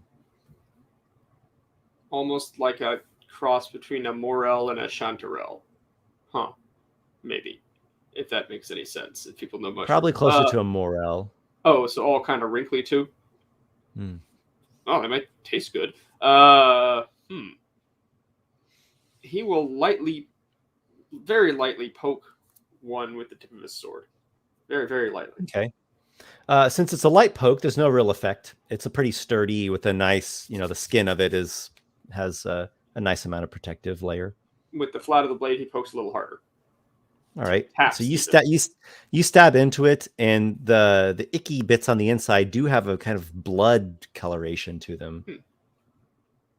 All right. Well, he's not going to waste so much more time in here. So just with a quick little swish, he's going to lop off a few of them so he can take them with him. Before you do that, would you like to make a check of some kind to identify it? Yeah, maybe nature. Because I think you identified one of the other kinds. Okay.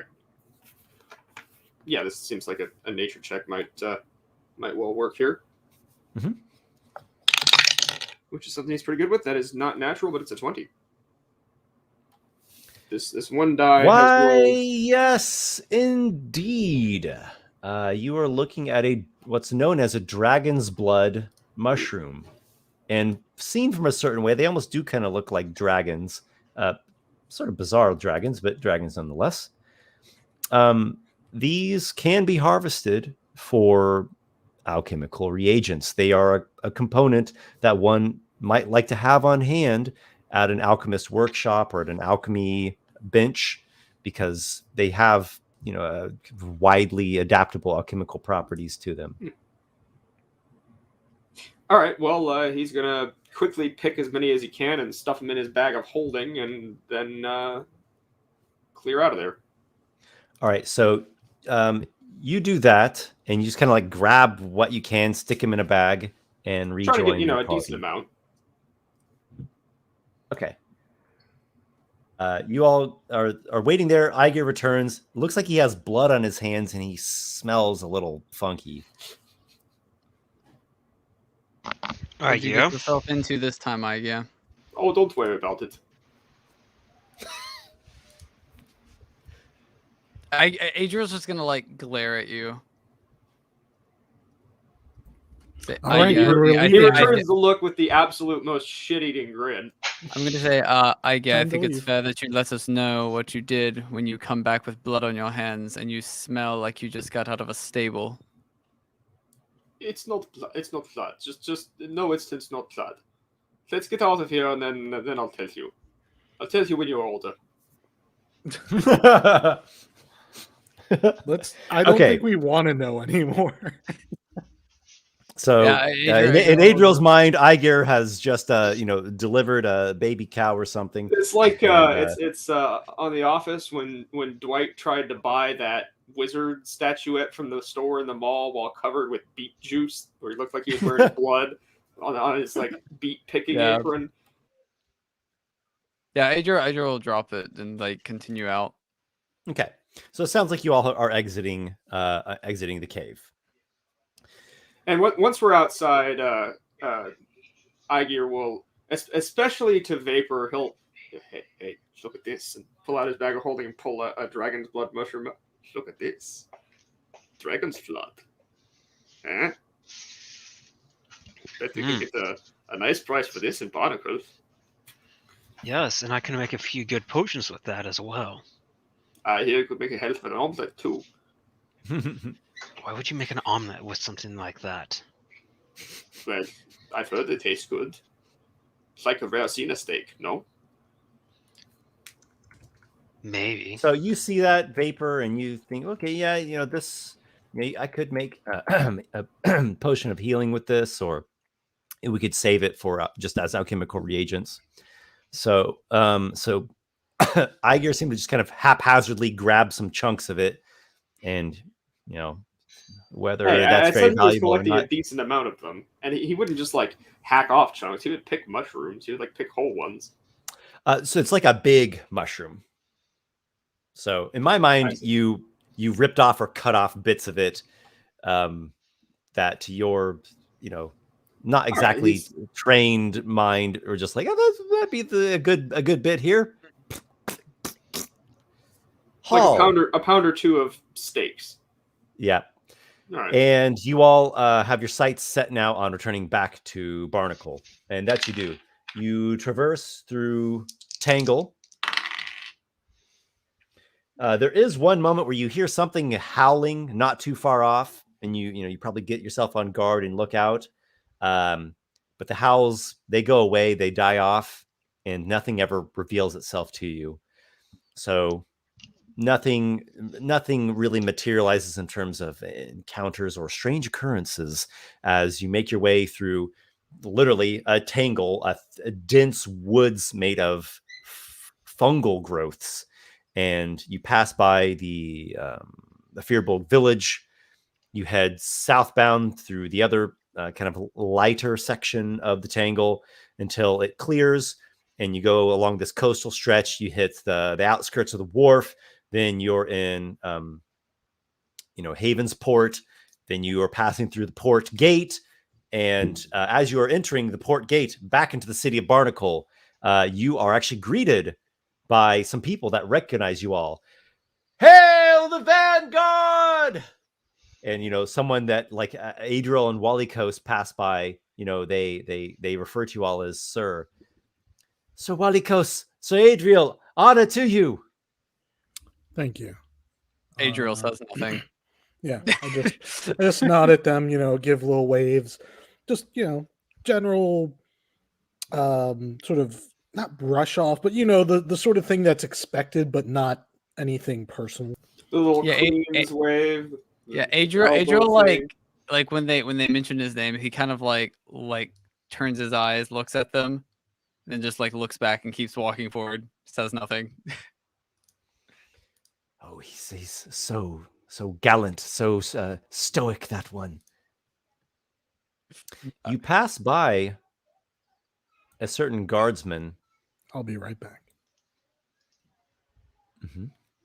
You pass by a certain guardsman who you learned of an incident that he was involved in. Oh, Vapor's the couple only one who weeks knows ago. this, though. This is Vapor's the only one who knows this.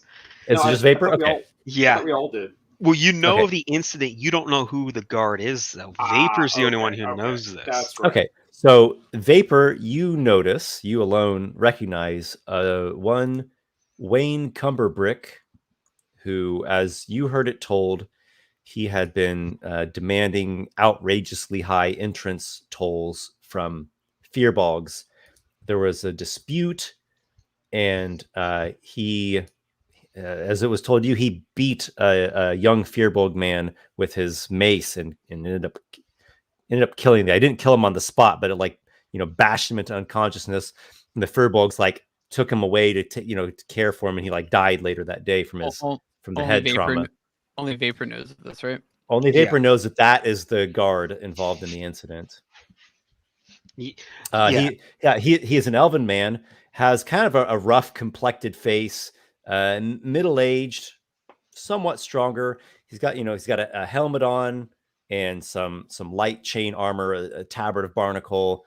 He's got a halberd, light crossbow, and case of bolts at the side, and some boots that are, they're some strong leather boots, but they're all, mud stained and mud caked and, damaged and scuffed.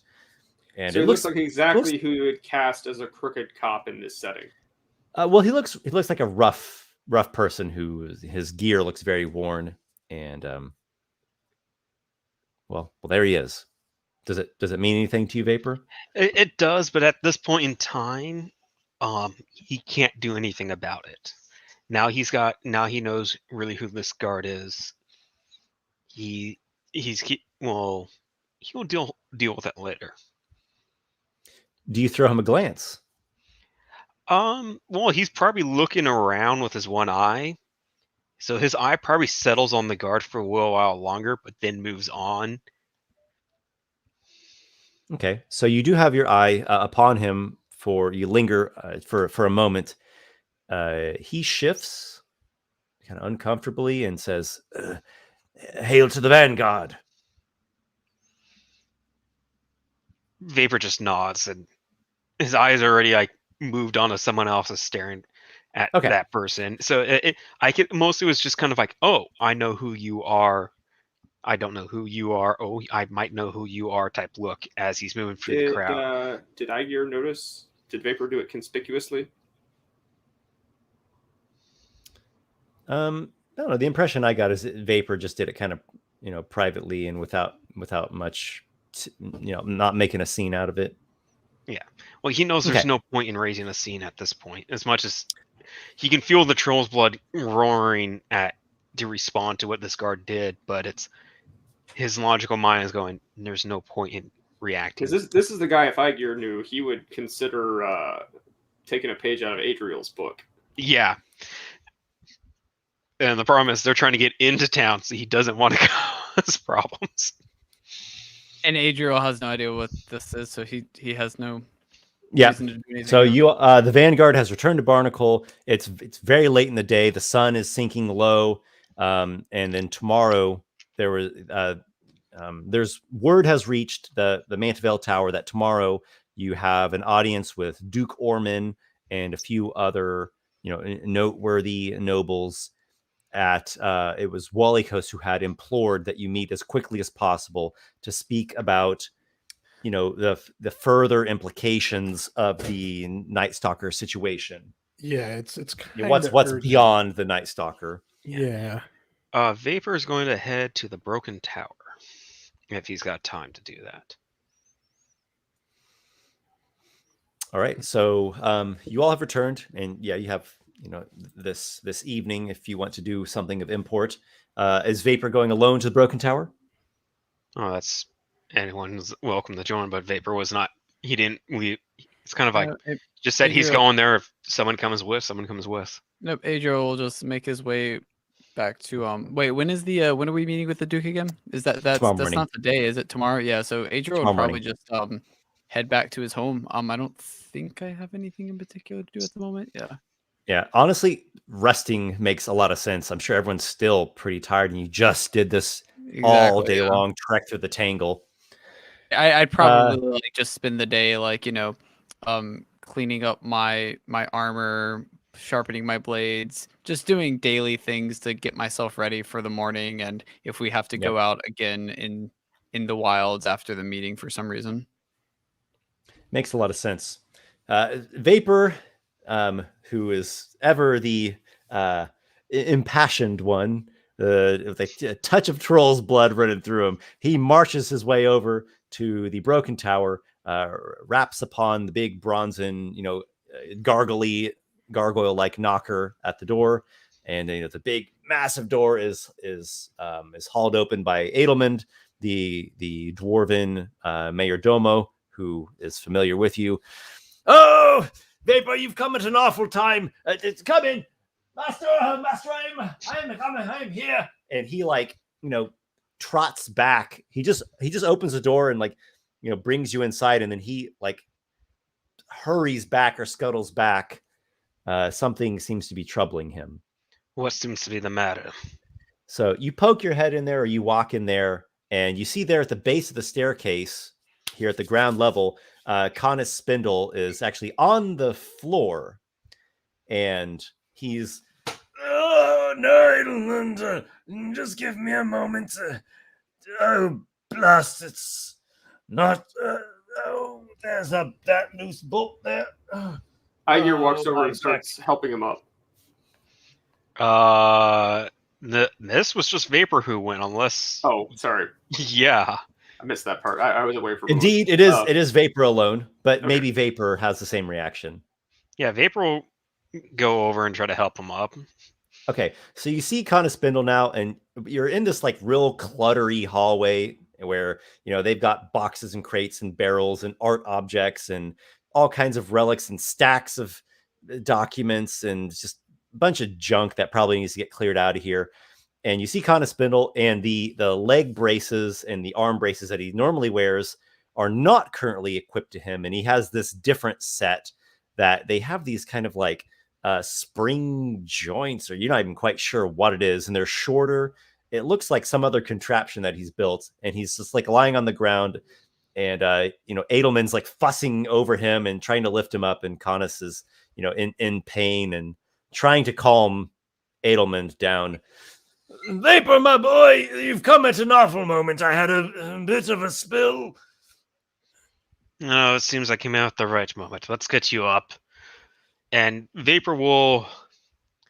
Well, technically, he's already used his levitation for the day. Something is broken, Vapor. And he pulls out one of the metal splints from the contraption, and it's literally snapped in half. Well, there goes that idea. Is back to the drawing board for me. Where's your other one at? I will go grab it for you.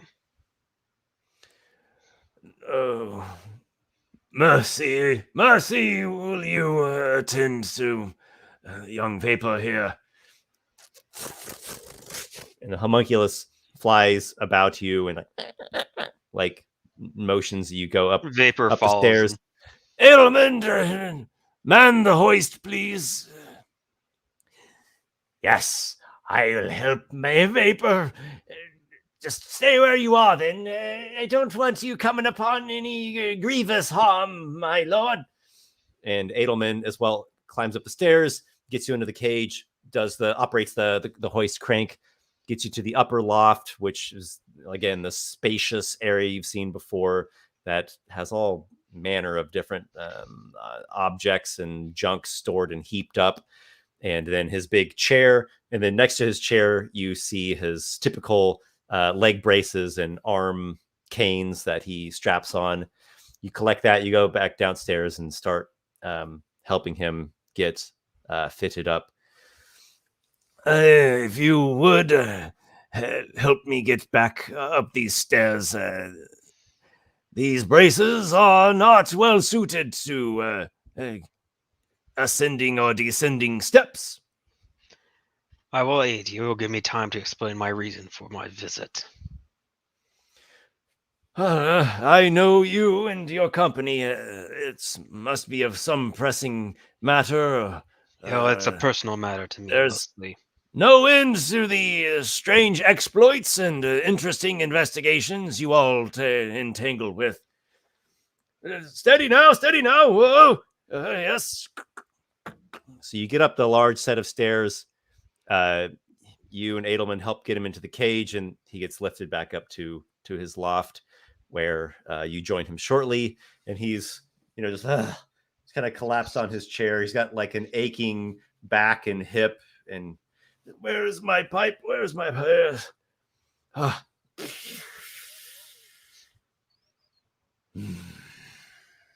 He exhales 2 big billows out of his nostrils that begin to fill up the atmosphere of the room with misty haze. I don't know if I'll be much for conversation this evening, Vapor. But tell me, what is it? When we first went down there into that place you recommended us, Aygir fed me 2 potions that saved my life. An elderberries potion and a potion of troll's blood. Oh, yes, the flawed elixirs lingering around from the giant's sanctum. Yes. I've been able to completely remove the elderberries potion from my system. I'm no longer affected by it.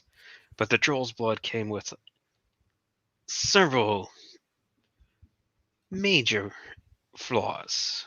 I find myself very vulnerable to fire, almost to the point that probably a simple spell of flames could kill me. And yet you have braved the lava gauntlet. What lies beyond the arcane sanctum that you and your allies are insisting upon commandeering? Yes. In my search of at least trying to remove that, I've come across Frog's Trident, or as more commonly known, Frog's Trident? Yes. Oh, yes. Well, that's a good find. Have you come upon much of it? A rare thing it is. Vapor pulls out one of the cuts that he made. I have several more cuts. I was hoping I could get your aid in possibly brewing a potion that would permanently give me fire resistance of sorts, or at least remove my vulnerability to it. Oh, yeah. I believe an elixir. Yes. If you're unable, perhaps I could certainly try.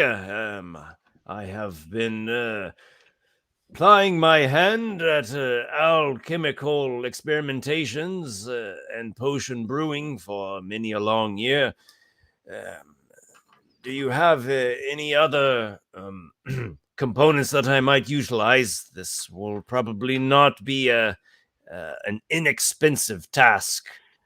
I don't have everything. I was hoping to at least try to get your agreement to aid me in this first before I came and gathered the rest of the ingredients. Yes, one step at a time. That's the lesson I have learned today.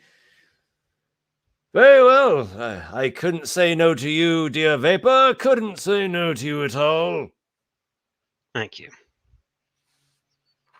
Would you care for a smoke?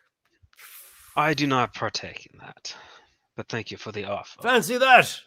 The Vapor does not partake of the Vapor.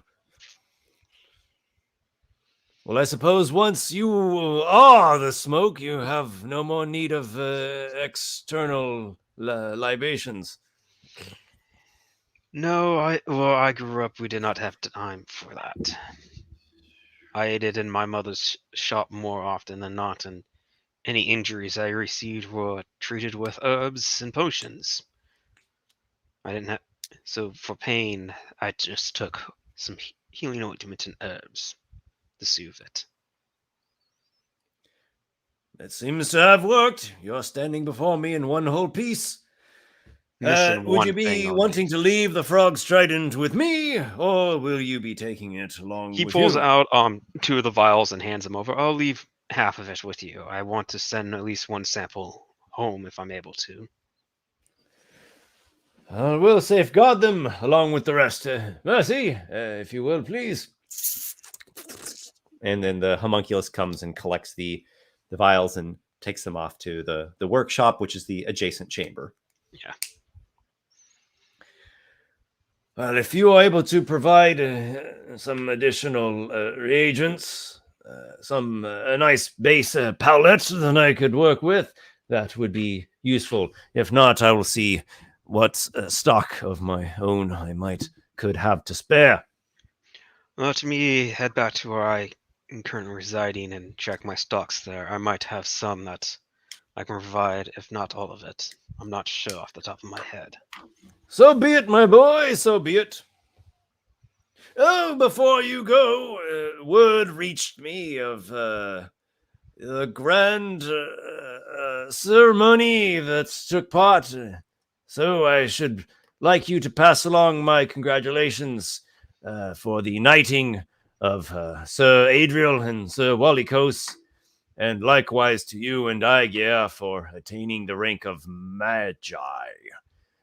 I never would have thought I'd live to see Magi appointed. It's an older title from my days of yore in Terra Morgana. I will pass along your congratulations to them. You've done well, Vapor. I hope that the good fortune continues for all of our sakes. That I do as well.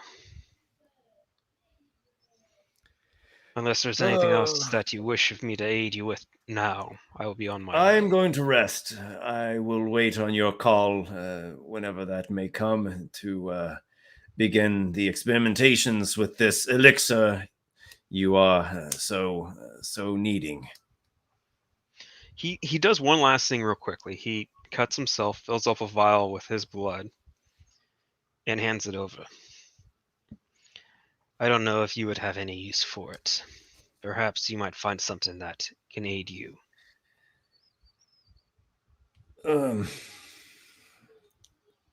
A gruesome thing here. Perhaps I would. At the very least, I might do some rudimentary experimentations with your blood and see what reactions I get. Might inform me as to the processes that would be suitable for this elixir concoction.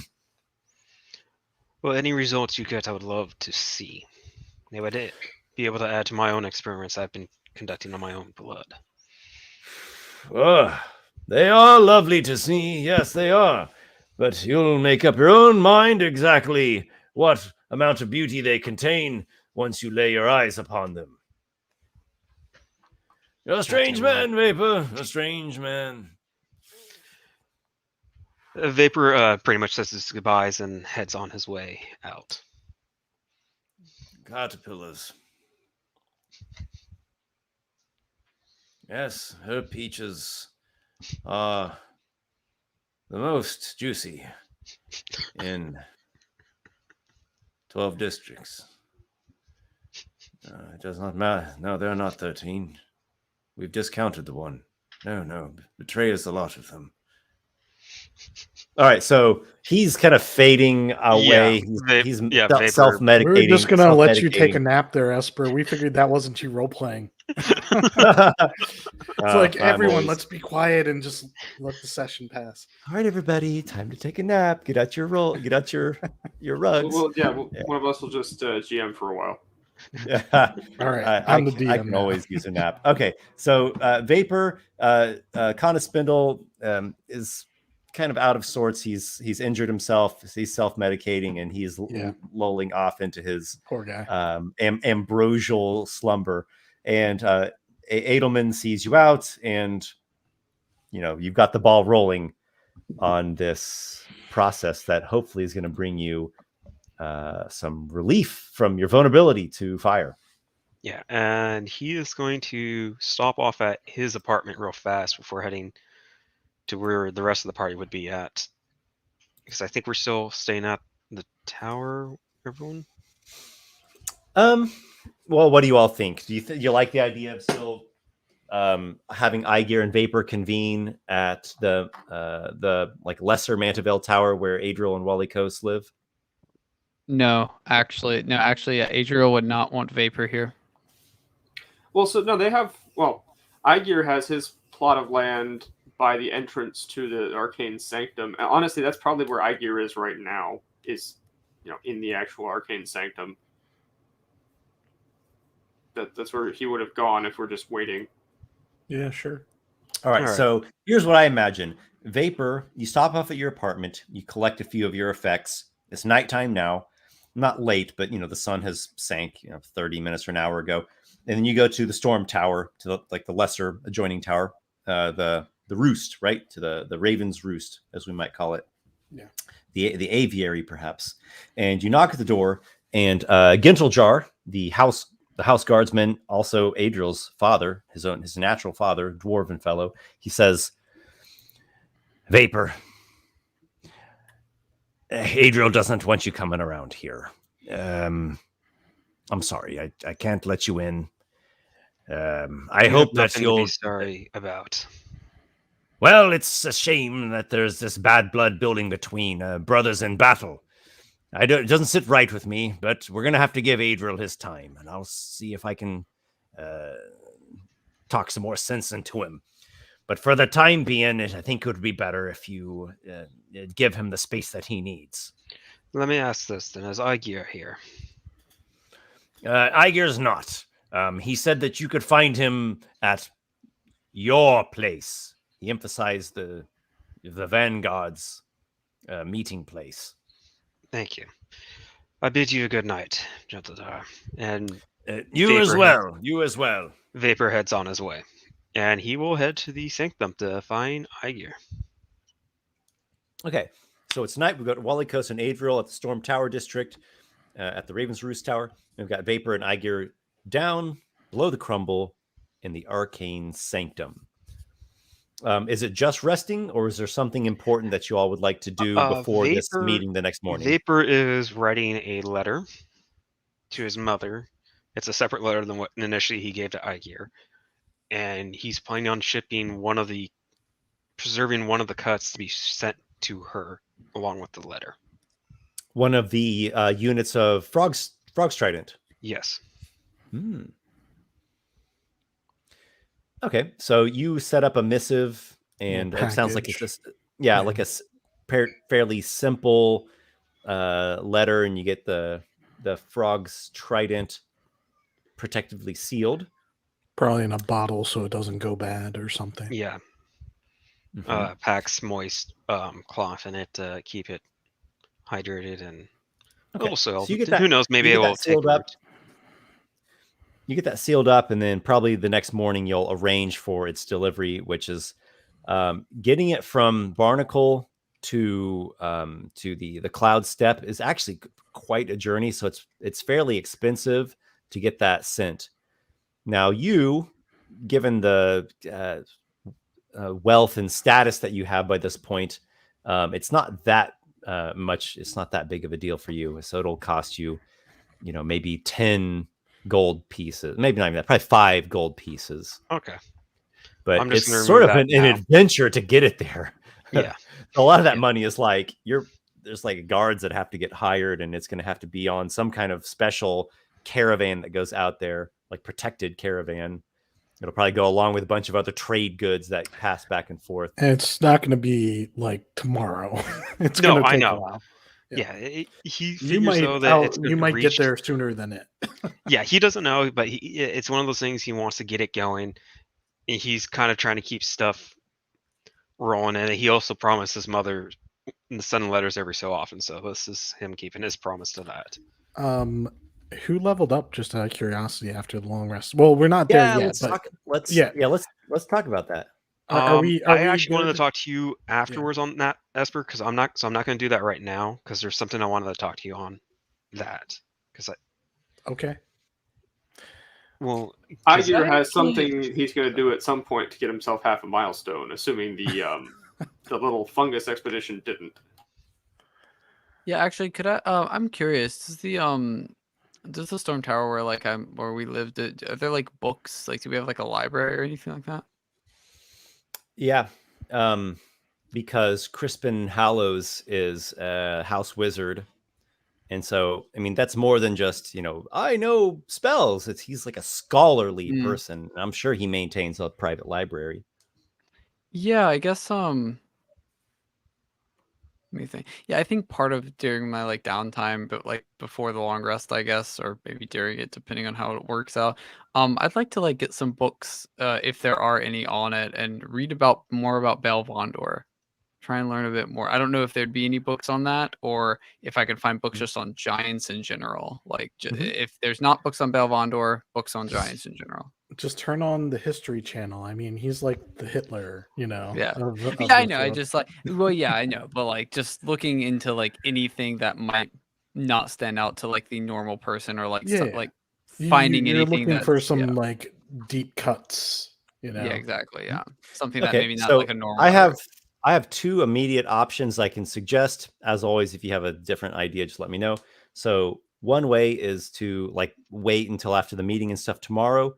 Go to the library during the day, talk to Crispin Hallows. Maybe he can help you find something or kind of point you in the right direction. Two would be you go there right now. It's at night, and there's going to be like guards watching over the place, and you'll just kind of pull rank, and they'll unlock the library and just on good faith let you look through it. I'll wait till tomorrow. Okay, it might be good to have the guidance of the house wizard. Yeah. So, but yeah, I think that's a topic worth getting into. So, is there any additional anything that needs to happen this night? Not in particular for me. Nope. Okay, so who has gained a level then upon long resting? Walykos and Vapor? Yeah. Okay, now Vapor, you said you wanted to hold off on that for the moment. Yeah, because I wanted to check with something on you on that before I did it. I'm already leveled up. It's pretty simple. Hit points and a couple like 2 features, really. Okay. But nothing else. So for Vapor's thing, is that something a little more involved where you have to check something with me? Yeah, I need to check with you and stuff. So I want to check with you. If it's pretty involved, let's do that off like between sessions. Yeah. Do you at least want to roll your hit points? No, because I got to check with you first before I do that. Sounds like I gotcha. Multi-class. It is. It is a multi-class, but I don't want to go into it because I kind of want to keep it a surprise. Sure. I got you. Well, yeah, I agree. I want you to be able to develop the character in the way that is most fitting for Vapor, and also you like what's happening like with the mechanics of it all. So I can do mine real quick, not to take any spotlight or anything. Well, sure. Yeah. Well, I don't think we want to completely brush over it. But if you can at least give us an idea what's going through Walykos's mind, or what is he experiencing? What has he finally come to perfect? Some new ability? Yes. So the main things are, one, he gains another favorite enemy at 6th level. And I'm choosing giants, of course. I thought about choosing them for the first one, but I knew I'd have another one coming up, so I was definitely going to take them. What's your first one? Monstrosities. Monstrosities. I didn't know what would be the most common things in your campaign. You've jumped around with constructs and stuff. It just didn't make sense for Walykos to focus in so specifically on something. And monstrosities seemed like, well, he was transforming into kind of a monstrosity is kind of my mind. So in any case, giants makes most sense. I feel like he's really remembering, like he's trying to focus on Belvondor and recognize that not just him, but there are other giant creatures, that he's going to need to fight potentially that Bale might keep close to him. So he needs to know their weaknesses, Ettins and Formians and all these other giant kind. Ogres. Ogres, exactly. Mm-hmm. Who are foot soldiers, Good choice. I'm sure. Good. Yeah. I think that's a very fitting choice. It makes a lot of sense. It does. And I mean, it doesn't help me in combat. It's mostly for knowledge checks. Like I get advantage to know stuff. Mm-hmm. So knowledge and probably tracking them too. Tracking, survival tracks. Yeah. And I get to learn a language. So I already knew giant. So I just took abyssal. Seemed fitting. And do you have another feature that's coming online here? I do. It's called roving. It's from the Deft Explorer. And my walking speed increases by 5 feet, and I gain a climbing and a swimming speed equal to my walking speed. Whoa. That's nice. I was about to say, when you made me do those climb checks and all the stuff, now I can just say, Esper, I just climb. Nice. So does that make your speed 35? That's correct. It makes it 35. All right. So you've got 35 land, climb, and swim. Yep. You are highly mobile now. It's going to be very useful, I figure. So. And did you get additional spell slot, perhaps? No.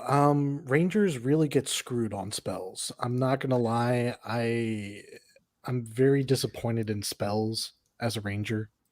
But you are also a full warrior. You got like a D10 hit die and all these. Yeah, that's what I have to look at. Is I'm a warrior who basically has little tricks that I can do once, twice per day, or whatever. You're a half caster, is what it is. Yeah. Some would say almost like a trickster. I did swap one of my spells around that I'm able to do when I level up. I can swap in and out. So I got rid of a first level spell for a second level. Just let's see. What I had before was Hunter's Mark. I realized that I'm probably not gonna. It's a concentration spell. And I have so many concentration in combat things like Fairy Fire, or Web, or Spike Growth. It's not worth it. So I took Pass Without Trace because that is a concentration spell. But it's such a useful out of combat one that lasts for up to an hour. Yeah. It's going to help the entire party because let's be honest, some of you like Adriel don't need a +10 to stealth, but others of you, a +10 to stealth will make you as good as Adriel is without the +10. I'm actually still better. I have a +11 to stealth. Well, wouldn't that make it go to +21? So what you're saying, Adriel, is I will exclude you from this casting so everyone else will have a higher modifier than you. No. I want to be part of it. I want to be part of it. So even if I roll a natural 1, I get a 22. It'll be great. Yeah, they're like, where is Adriel? I'm right here. Where? I'm right next to you. I don't see you. I feel like Adriel with Pass Without a Trace is the equivalent of crouching in Skyrim. So, well, it's nice that we also can't be tracked normally by mundane. I've seen Pass Without Trace employed to great utility benefits. So it just seems like you can't really go wrong with that spell. Yeah, I'm not going to be a sorcerer throwing spells in combat. At least let me be useful in the ways that I can be useful with spells. Oh yeah. So, good choice. Excellent choice. I'll flavor it to the White Raven, of course, when the time comes. But that will no doubt be useful to the Vanguard, I think, with what we do. Okay.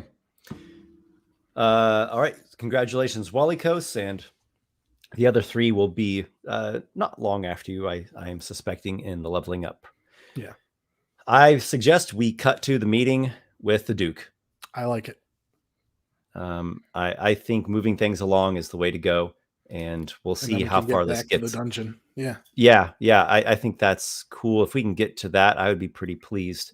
So there is a meeting on the following morning. You all get up, get yourselves ready, go to Long Keep, which is the royal location beyond Strong Castle, down the long bridge and into the uppermost final keep of the old giant castle. There is the Duke, Ormond Drakestone.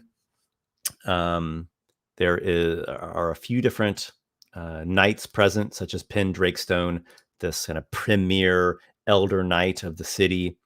There is Crispin Hallows, the House Wizard of Mantevale. There's Duncan Mantevale, Lord of the Storm Tower, grandfather of Adriel. Let's see, Sorcerer Flay, the guard captain, is there.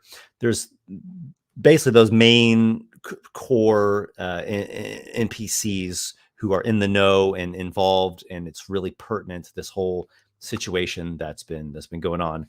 So you get presented in. The Duke sits, and then everyone else sits, and he's there at the head of a long, polished, well-furnished wooden table inside this opulent meeting space, which is way larger than any of you would ever reasonably need. It was originally built by giants, and she's just there sitting at this lovely table with massive tapestries adorning the walls around you. And the Duke says, Walykos, you were most insistent that we have this meeting, and I've called off other affairs so that it might be attended to. I'm trusting that you have some information which will be of startling import. Yeah. So, Walykos, you may speak. Thank you, Duke.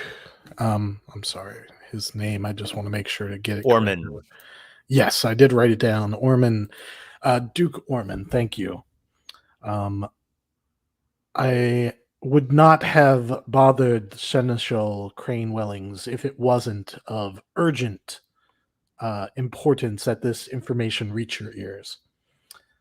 The Vanguard, in our pursuit of the Night Stalker, uncovered information, and it may take me some time to explain where this all leads, but we believe that Baal Vondor is still alive, and he is behind the Night Stalker.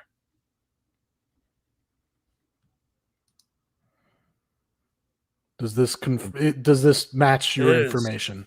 That it does, Walykos. But please continue. I want to hear what more you would say on this topic. I will give you everything that we have, and then you can tell me what you already know and what perhaps you want us to elaborate on. We first, how do I start this?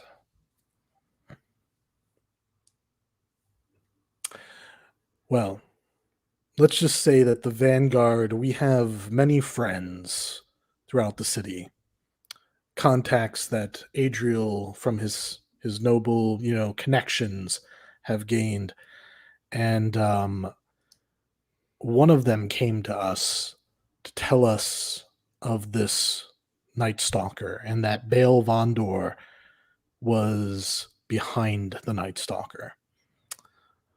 We also learned that Baal Vondor was trying to bring down the city. We think that this is part of one aspect of his plan to cause chaos or perhaps undermine your rule here, and then perhaps get his revenge that he has desired for so long. Our contact sent us. He told us that Baal Vondor was sending his agents to Black Rock Isle to recover perhaps some lost giant artifacts that were lost when the island was destroyed in the Cataclysm, as you recall, during the war. You're referring to the battle? The battle? The siege of Ayrburg. Well, Black Rock Isle. You know what I'm referring to, yes? Black Rock. Yeah. Crispin, is that the... Yes, Duke. The volcanic spit that I spoke to you of, that's what he's referring to. There's an old citadel there, Suther Vigil. Yes. The Cursed Isle? Yes, Duke, the Cursed Isle. The curse style, yes. That is Oh, okay. Yes, I'm on the same page with you. I thought you were indicating a cataclysm had occurred at Barnacle. Not here. No. We left the city to go find these agents and stop them, and we did. We sailed ourselves to the curse Isle. Yes, I knew there was a reason why I wanted to knight the both of you. I had a hunch that there's more to you than what we have merely seen in your duties to the city. Of course. That is why I wish to tell you, these agents, there were 4 or 5 of them, and they were all very capable, trained warriors and spellcasters. They tried to make off. They didn't recover one of the most dangerous things that are rumored to be on that isle, but they did have some some sort of magical artifacts that they had taken from the place. We recovered them, and I believe we still have the bulk of them. The hammer and The such. Eye of Fire, says Crispin Hallows, House Wizard of Mantavale. They did not make off with the Eye of Fire. They did not make off with the Eye of Fire. We killed all of them, and they did not have the Thank eye. the light. Yeah. I will also say that island is watched over by a guardian who would probably have killed them if we had not. But all the same, I'm glad that we didn't. Information is so hard to come by. We don't know what he's doing. Had they recovered the Eye of Fire, they would have laid waste to whatever guardian you are speaking of. Oh, I don't know this Eye of Fire. I know there were a couple artifacts, like 3 or so, that were supposedly lost on this island, but I can't recall what their names were. There's disputes about this, but it is my firm belief that the Godslayer is not in Sotavigil. Yes. The Eye of Fire, however, I believe, is still locked away within its vault. Okay. Well, they definitely didn't get that. I feel like for the time that they were there for a day, maybe 2 days. They delved very shallowly. Perhaps they only recovered a mere few chambers worth of treasure. We are confident that they did not escape that place with any of the noted artifacts, and that really it was this that was the most notable thing they escaped with. And Aygir is actually going to step forward a little bit and non-threateningly pull out the hammer and hold it out in front of him. Yeah, that seemed to be their prize that they were quite excited about. Seems to be incomplete. What is this here? Utters the Duke. It is a hammer that we pulled off the corpse of one of them. I believe it's a hammer that's intended to be something to do with lightning or thunder. Yes, I would have half a mind to try and modify it myself at some point, but unless you know something about it that we don't. Crispin Hallows is curious, and he steps over to where you are, Aygir, to look it over. Well, given time, I could inspect this with greater detail, but upon glancing at it, it does not appear to be much more than a well-crafted giant's weapon. Indeed. Well, a rather heavy hammer for one such as ourselves to wield, and a lighter thing for a giant. Yes, the one who used it was a giant old man. Yeah. I mean, not to overstate my own talents, but I'm sure that if I had enough time, I could shorten the handles a little bit. Aygir, we're getting off track here. Okay, so you relay some of these major points to the Duke and your points of concern, and that's kind of leading towards an ultimate point. The Night Stalker was created by the guy. I have been informed by the others here as to the state of the Night Stalker, and while it is difficult for me to say this, I do have pity on the man that was made into the Night Stalker. I don't know if he's deserving of my pity, but I do not believe that he was in I full volition. I can assure you, I can at least ease some of your concern. That man, he served Balvander willingly before he became the Night Stalker. He chose his path, and I think he might have been hollowed out by, what Balvander did to him, but he was not an innocent, let us say. Not like yourself or anyone else, who hasn't chosen to, take up treasonous arms against the city. Yes. Your point is not lost on me, Sir Walykos. And Duncan Mantevale, Lord of the Storm Tower, grandfather of Adriel, he says, perhaps you would understand that sometimes we set foot on one certain path with an intention that we believe is good, or at least the right thing to do. But that path leads us towards unexpected and dark turns. And some refuse to abandon the path even once it has twisted into the shadows. As my grandfather is saying this, Adriel is just kind of like glaring at him. I just feel like Adriel's got the guilty conscience, like you're talking about me. It's like he's not talking about you necessarily. Before you glare too much, Adriel, I do want to remind you, remember you did that moment where you came and tried to not make amends with, but like take the first step to making amends with your grandfather. I just wanted to make sure you didn't forget about that. Yeah, I should clarify. Like the glare isn't like in like super like a bad way, just sort of like I recognize you're talking about me, sort of, okay, or possibly yourself with like what you have done. Yeah, not like a negative glare per se, just like I'm recognizing what he's doing, if that makes sense. Okay, so you give him that look, and he also has a subtle response, and he actually kind of like strikes at his breast, almost in a way of saying, "I'm not just talking about you, Adriel. This is me too." Yeah, and I'll give him a good kind of a good nod. Mm-hmm. The Duke says, "Yes, Lord Mantevale. Well, he has met with his ultimate punishment. The Night Stalker is no more. But as you all are speaking here, Walykos,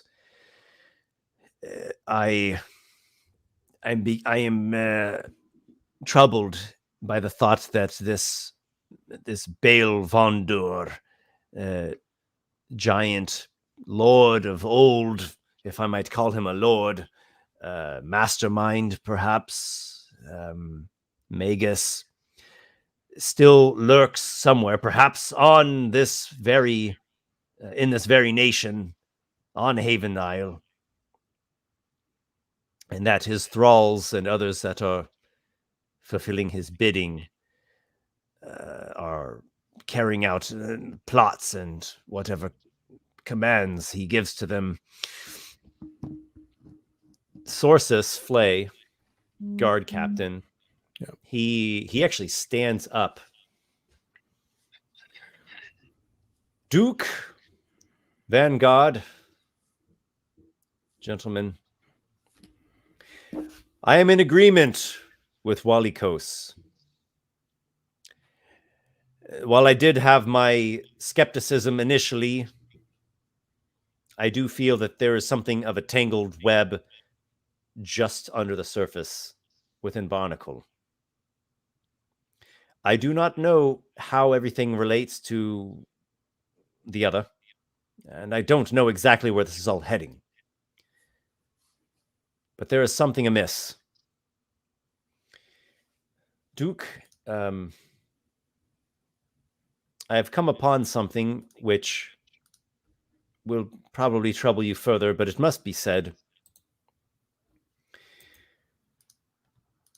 One of the port inspectors has recently been apprehended by myself and my men, and he has died in his cell.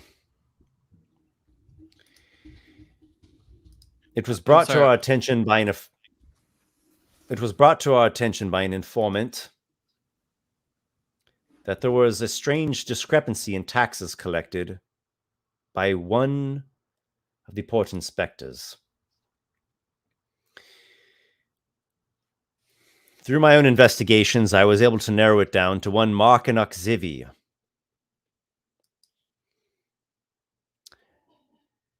I know not all, but I do know that he did aid in the smuggling of a certain substance, a perfume as it is, into Barnacle.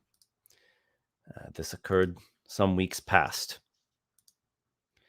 I tried to get it out of him why it is that he aided in these smugglers bringing this perfume into Barnacle. We apprehended and seized bottles of the substance, but as best I can tell, we did not get it all. I tried to get the information out of him as to where the other bottles had gone. I could not get him to speak. I withheld from employing the most grisly of interrogation tactics out of respect to the merocrats, rather, and out of a sense of decency. But had you given the word, I would have done all what was necessary. Following the interrogation, the following morning, he was dead in his cell. I had his corpse inspected. In his mouth, we discovered the shattered remains of a false tooth, and he had died of poisoning. That sounds like Baal Vondor's style. He would not leave a loose end that could be led back to his scheme. I would like to ask, with your permission, of course, Honorable Duke, that the Vanguard, and as well Crispin Hallows, inspect this perfume. I do not think that this Markin staked not only his honor and his livelihood and his career, but his very life on smuggling in mere perfume. That does not add up to me. There's definitely more to this. If we're permitted to take a look, perhaps we'll see something that, we have many capable minds who can, put things together. Well, yes, of course, it does trouble me, and yes, of course, I do want the perfume inspected. And I'm going to need a full report exactly as to what occurred with the apprehension of Markin Zivi and his death. Are the merocrats aware of this? They are aware that he was apprehended for questioning. They are not aware that he has passed away.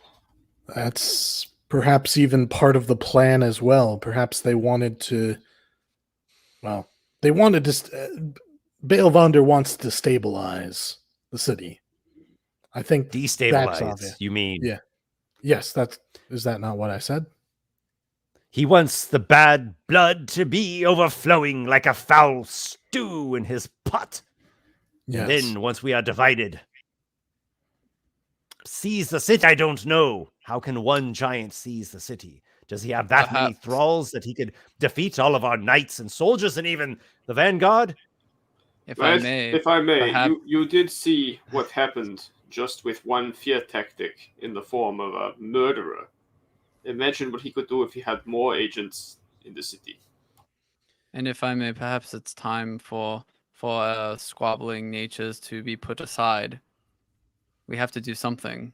Otherwise, a civil war within the city between the merocrats and the what's the other one called again? The merocrats and House Drakestone.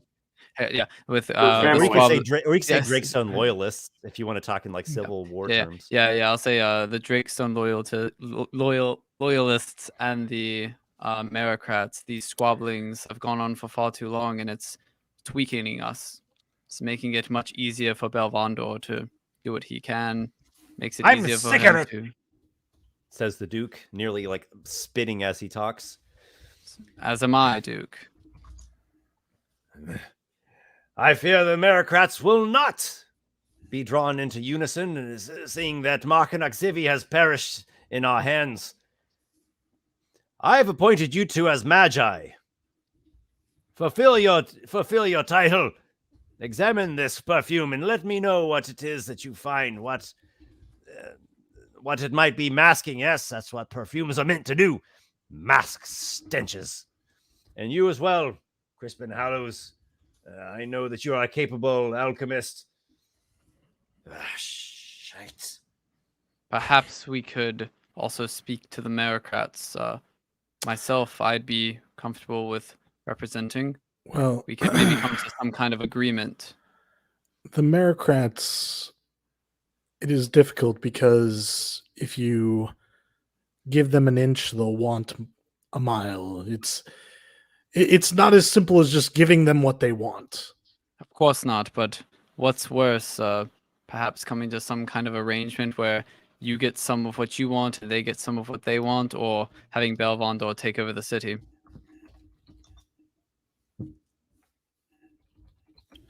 By the way, not to derail that train of thought, but I just want to point this out. Adriel and Walykos had an interaction with that Markin Oxivi port inspector that night that you came back into Barnacle aboard the little rowboat. Mhm. I was going to say, yeah, we know him. They know. Yeah, at your first you base. really wanted to do like a very like rigid inspection of what you all were doing, and you all Wallace- kind of like Yeah.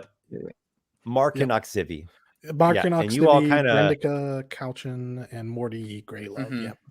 They were the port inspectors. Yep. Those are the three Merocrat port inspectors, because the Merocrats largely are tasked with Haven's port operations.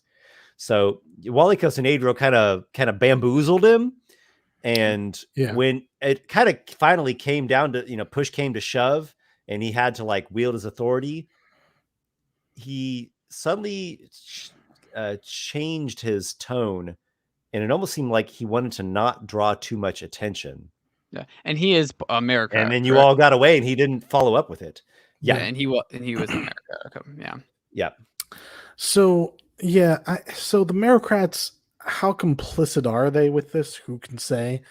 I think what we need is not overt, actions. That Drakestone is more than capable of, ambassadorially like talking with them. Where the Vanguard really shines, if I may, Duke and those present, is operating outside the system.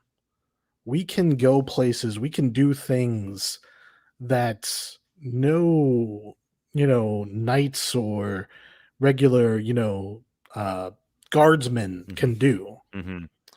And honestly, that's where we get this information. We've been digging into locations where Baal Vondor may have left information, or he may want things from giant ruins and such.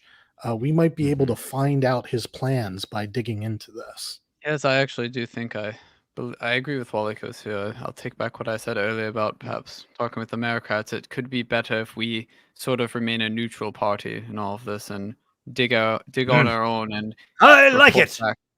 A man of action. I offered you knighthood in the form of the errant tradition. Yes. We have sufficient castle knights as it is. I need someone with the audacity that Walykos speaks of, the gall, if you would call it that, to crawl through the muck and recover relics that would inform us how past relates to present. Exactly. There might even have been a plan during the war that the Giants had in place but never got to use. If we can find out what that is, that could tell us what Baal Vondor is trying to do now. Maybe he's trying to enact some failsafe of the Giants that they never were able to enact because of the war just hit in a way that they couldn't, respond quickly. And of course, we might even know where the physical manifestations of this might be located. We have some leads, let's just say. We're looking into it. We'll get back to you, hopefully not as urgently as this. I know. Yeah. Yes, and I know that you consult often with old man Spindle, and you can imagine I will be speaking with him as well. Of course. I do not want to discount what role he has to play in all of this. Hopefully, ally and not on the contrary. Now, Lord Spindle has been of great help to us. I would count him as an ally in all of this. I would agree with that. There is something else. We are dealing with a reclusive enemy. We can use our own recluse as a trustworthy ally. So it would seem. I will know better once I can speak to him myself and get a judge of it all. Of course. Is there a way that we can not have to disrupt your schedule, but perhaps is there someone we could set as our communication person who will reach you quickly if we need to deliver a message? Should it be Seneschal Crane Wellings or someone else? Wellings, you ought to make the Vanguard your utmost priority. Perfect. Do not dally when they come to you with news, even if it seems to be of a small detail. There might be more to it than you fathom. We'll do our best. But of course, Lord Duke. Yeah. And we'll do our best not to abuse your trust in us. We know that these are grave matters and they should only be treated with the utmost importance, We do not wish to waste your time, only to be heard when we have news of import. Exactly. Couldn't have said it better. It may be that we have little time to waste, and I, for one, am just sick and tired of sitting on my haunches with delicacies and sensibilities. We are far past that. Well, what is a vanguard for if not to take the fight to the enemy? Yes. I like it. I like your spirit. Well, it was good of you to bring this to my attention today, Walykos, and Flay and Mantavale. I thank you as well for the additional information you've brought to light. Flay, I wish to speak with you in private once this meeting has concluded. Duncan, Master of Rituals, might I have your ear as well in private after this? Aygir as well. I would like you to attend. Actually, all of us should attend. Just like you and you. I specifically need my honor to speak with the Vanguard. This can be arranged. Yeah. I had plans later today, but I can make a hold in my schedule. Yes, well, good. Can we kind of cut to a private room with Duncan? Okay, so I think the main points have been discussed at this meeting. I'm sure, there's some other things that get talked about to wrap things up, but we've seen what we really need to know. And, everyone kind of disperses to go their separate ways. I'm glad that he already knew some of the information. I was just confirming stuff for him. I would have been more concerned if he had no idea what was going on in his own city. So he knew it. He seemed to know a great deal, even if he's a little hazy on some of the points. And it looks like he's been getting, counseled and advised for some time. And that's perfect. That's exactly, a leader should have at least a general idea, and then it's up to us to give him specific information. Yeah, that was about the gist of it. So the four of you now are speaking with Duncan Mantavale. There's probably a couple of Mantavale house guards just nearby, and Crispin Hallows is there with him as well. Perfect. Crispin's also a good person to have in this. Crispin's the magic person, right? Yeah. He's a healer. House Wizard of Mantavale. House Wizard, thank you, yeah. All right, so here's what I'd like to discuss. Yes, Walykos, there is much on my mind, and I'm sure on yours too. Aygir, you still have that box, yes? Which one actually?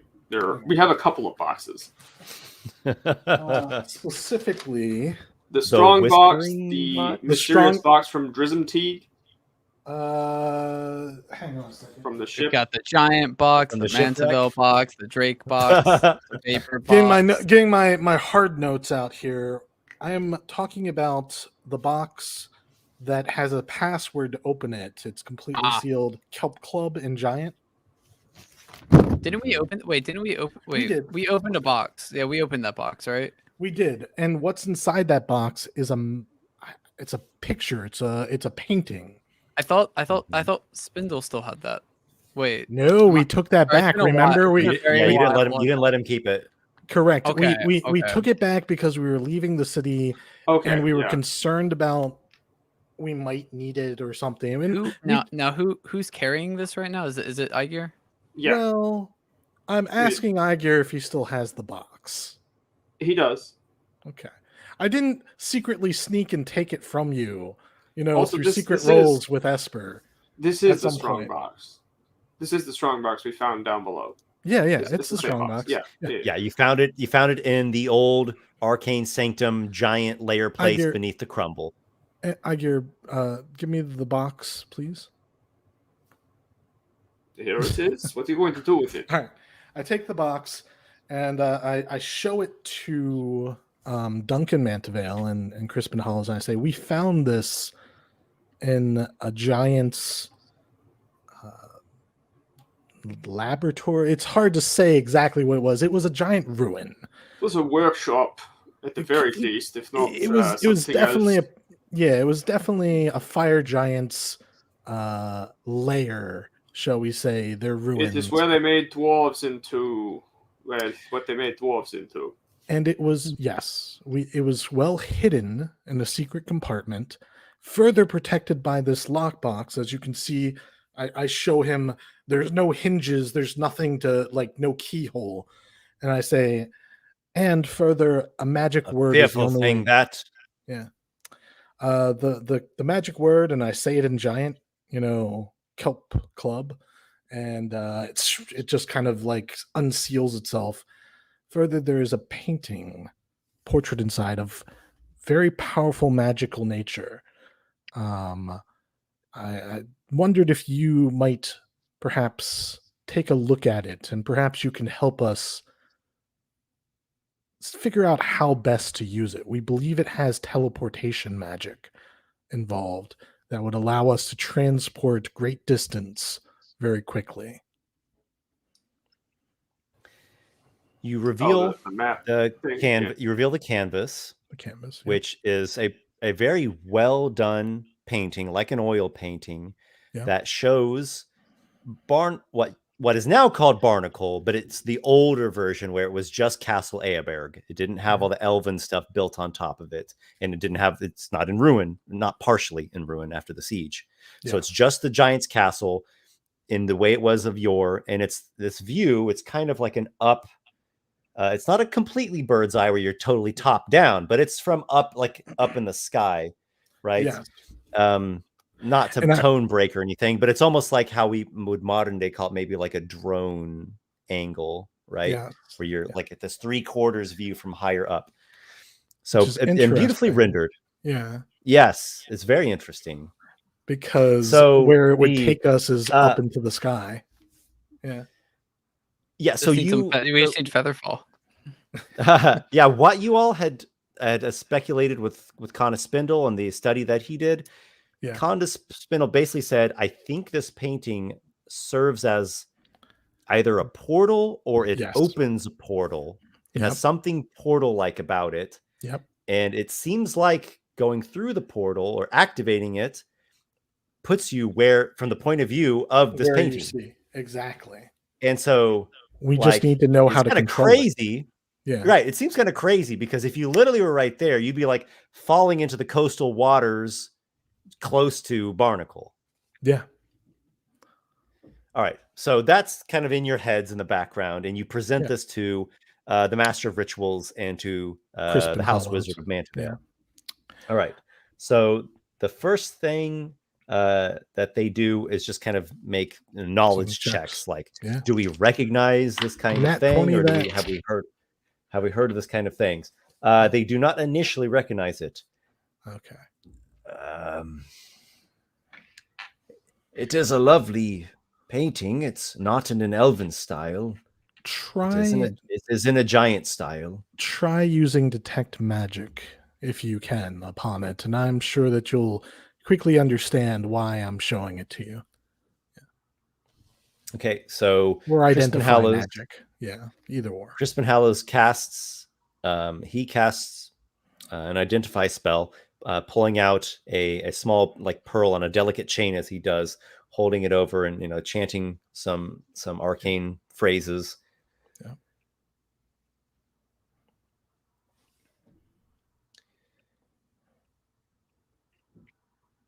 It has a strong aura of conjuration magic. Yeah. Maybe other magics as well, but conjuration would match the teleportation or portal nature of it. I do agree with you all. This does have to do with dimensional travel. Yeah. I do not mean traveling to a different plane of existence, these theoretical elemental planes and such, Yes. but rather through our own dimension from across great distances. A teleportation, Makes sense. as the theory is named. Yeah. Can it? Do you It have is any giant magic, which Yeah. is not readily available to us. So I would have misgivings in simply experimenting with its usage. Okay. Yes, my understanding was, were we to try and activate it, we would find ourselves suddenly in the sky as if we were looking through this painting and falling through it. I Which feel would that be- I could activate that same effect. Yes, that is not very helpful, unfortunately, because, well, let's say we were across the world, it would take us back to Barnacle. It would take us back to Barnacle hundreds of feet in the air above the ocean. Yes, Fall. I believe so. Yes, says the wizard. So how do we control where the portal goes? There has to be a way for this to be usable. If you would entrust this to me for some time, I could study it. I might be able to uncover more. Who's asking, Duncan or Crispin? Crispin. Crispin. I look to the others and I say, what do we think? We're carrying it around, but we haven't had any time, nor do I think any of us, save maybe Aygir, would have a chance of perhaps figuring out its functions. It would seem ill-advised to merely carry this around on your person. Yes. Well, we have not been carrying it around. We've been keeping it safe in our own storage location. We worry that You've had it sealed away in a protected vault? We did. Very well. Yes, we honestly didn't want to leave it in one location without us nearby to guard it because, well, who wouldn't want such a potent artifact if they could control where this portal, leads? You could teleport right into the castle. In theory, I don't know if there are wards against such a thing. Well, the best that I have identified just here and now is that it strictly takes the user to this spot up above in the heavens, some distance out. We need to figure out how to use it. So Barnacle is the key of this. Yeah, but why Barnacle? Well, it might be linked to the magic. Maybe the painting is one piece of whatever casts the teleportation. Some mechanism. Barnacle. We will search. There's truly must be more to this than I am seeing. Yeah. Can you Hail Vonder is a snake in the grass, elusive, clandestine. as well, the fell magics imbued into such objects hide themselves from the knowings of direct identifications. But there are still other ways of gleaning clues that can lead to answers. Exactly. And like I said, we need to figure this out sooner than later. Especially, we're gonna need tools and weapons like this, let's be honest, if we're going to, outmaneuver Balvander. If he doesn't know that we can teleport to, get ahead of him to wherever he thinks that he's already, beat us to, that's a huge advantage. Even if it's just in Barnacle, we could be out in the world. We could travel to the steppes, wherever, and then use this to instantly travel back so that he would not, he'd think, oh, they'll be gone for 3 months or however long it takes. And suddenly we're back in the blink of an eye. That could upset his plans. Yes, if it could be wielded in that way without a drawback, yes. Yeah. Does one amongst you, perhaps Vapor, possess a feather fall spell? Not a spell, but well, you tell them. Vapor could learn it in theory, I suppose. Vapor, you're muted this whole time, by the way. Sorry. I cannot make anyone fall slower, but I can levitate someone. Oh, a levitation would not suffice if your entire party was to suddenly step through this portal and be plummeting from the sky. But a feather fall would be something. It looks that you would land in water. Yeah. And the flight magic might be out of the question. That's more potent. Flight magic, now that you say that, not yet. No, I look at my feathers, and I'm like, no, not yet. But perhaps one day in a level. Perhaps one day. Yeah. So yeah. Yeah, he ponders over this. I guess the question for now is, do you want to entrust this painting to what about this? Could you get us a line on rings of Featherfall? I believe those are merely uncommon. Let me see. Because if we had a set of those, I don't believe any of us have magic rings currently, or we're not using all our attunements or anything. Mm-hmm. Right. So they could save our lives in many situations, including this one. If we were to use it. Featherfall is a nice thing to have. Yeah. I have to look up what those are though, because I just vaguely remember them. I don't know the specifics. Esper, you probably have it. Crispin Hallows says, magic rings are rare things, and alas, we possess very few of them. Though I could furnish you with a couple scrolls of the spell Featherfall. Would you have time to read the scroll? Is that fast enough? There is a specific way that this will need to be employed, though, due to the nature of Featherfall. Mm-hmm. Someone would first need to utilize the scroll, reading it and activating the magic, but holding on to it. You will have but a moment to deploy it. The very next instance, as soon as the scroll is read, someone else needs to activate this painting, assuming it functions in the way that we do, that we expect that it does.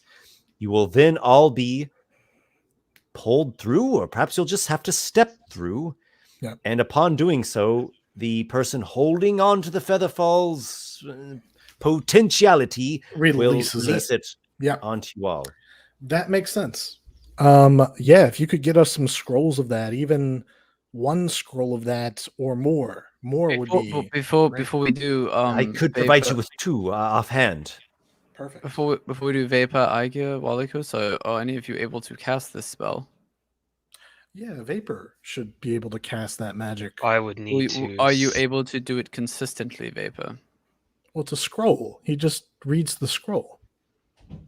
Well, the reason... you're saying can he cast it without the scroll? Vapor No. That's not what Vapor I'm can use asking. the scroll of Featherfall. Okay. Yeah, I was asking Vapor in can use terms it. of like He the level wants to know if stuff, he, because I like could cast it without using the scroll. no, that's not what I was asking. No, I was asking if like can you cast it without having to roll to have a chance of it failing? I believe. Because Yeah, like is it like a too high of a Vapor and level? Aygir both can use it with no problem. Okay. Correct. It's a first level spell. They both can cast first level spells. I and was it's on their just spell confirming. list, I was just is confirming. what I believe. Okay. Is the big thing. Yes, correct. It's both an artificer and a sorcerer spell, and it's first level. So Aygir and Vapor have no problem using it. Cool. Okay. Yeah, I think that would actually be a pretty nice thing. I'm okay with leaving it with him temporarily to see if he can figure out how to change the location.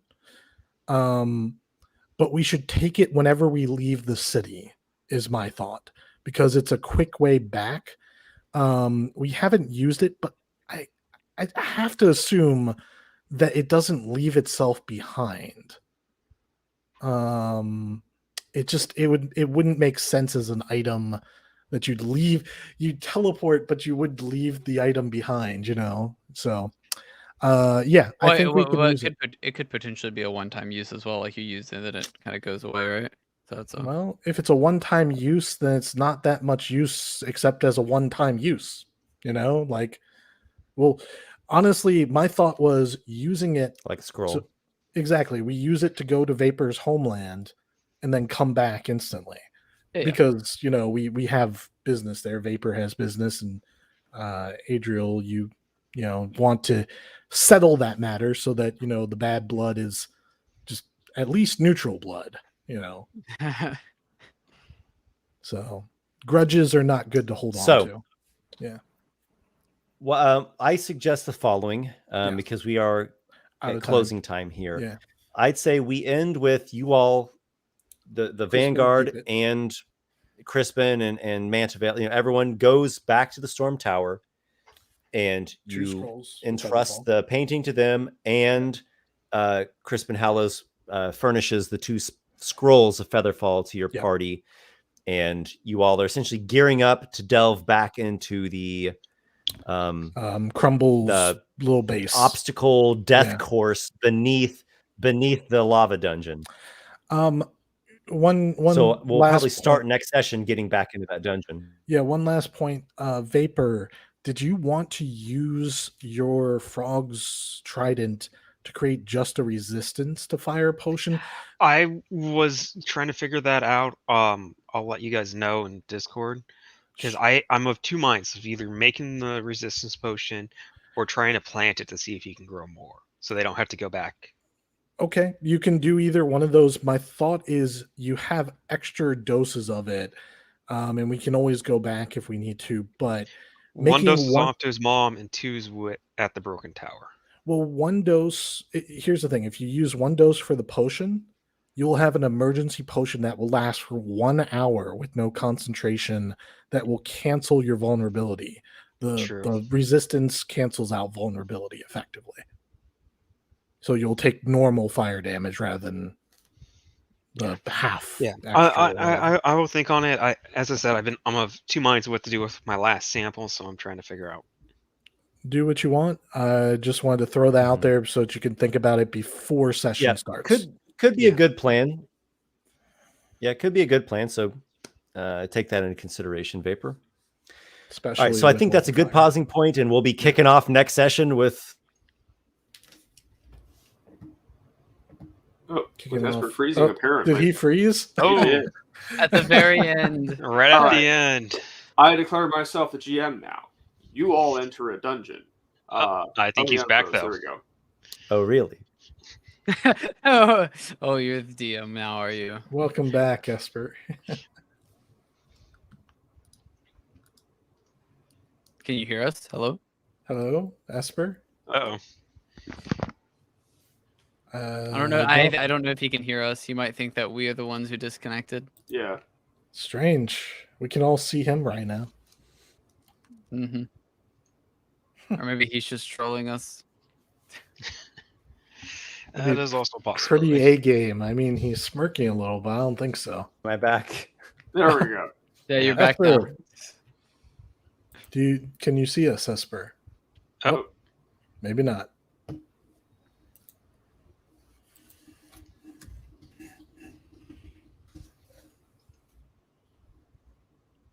Anyone hear about those new corduroy pillows? I hear they're making Esper, headlines. can you hear us? Yeah, actually, I've been able to hear you guys this whole time. Oh, okay. Well, why didn't you say something?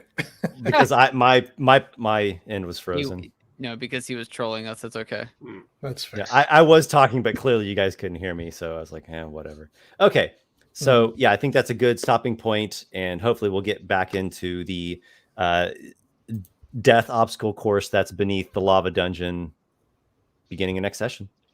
Sounds good. All And right. maybe there'll be interesting clues to be uncovered there. I think there will be. I just have a good feeling that this lava dungeon will lead us to plot.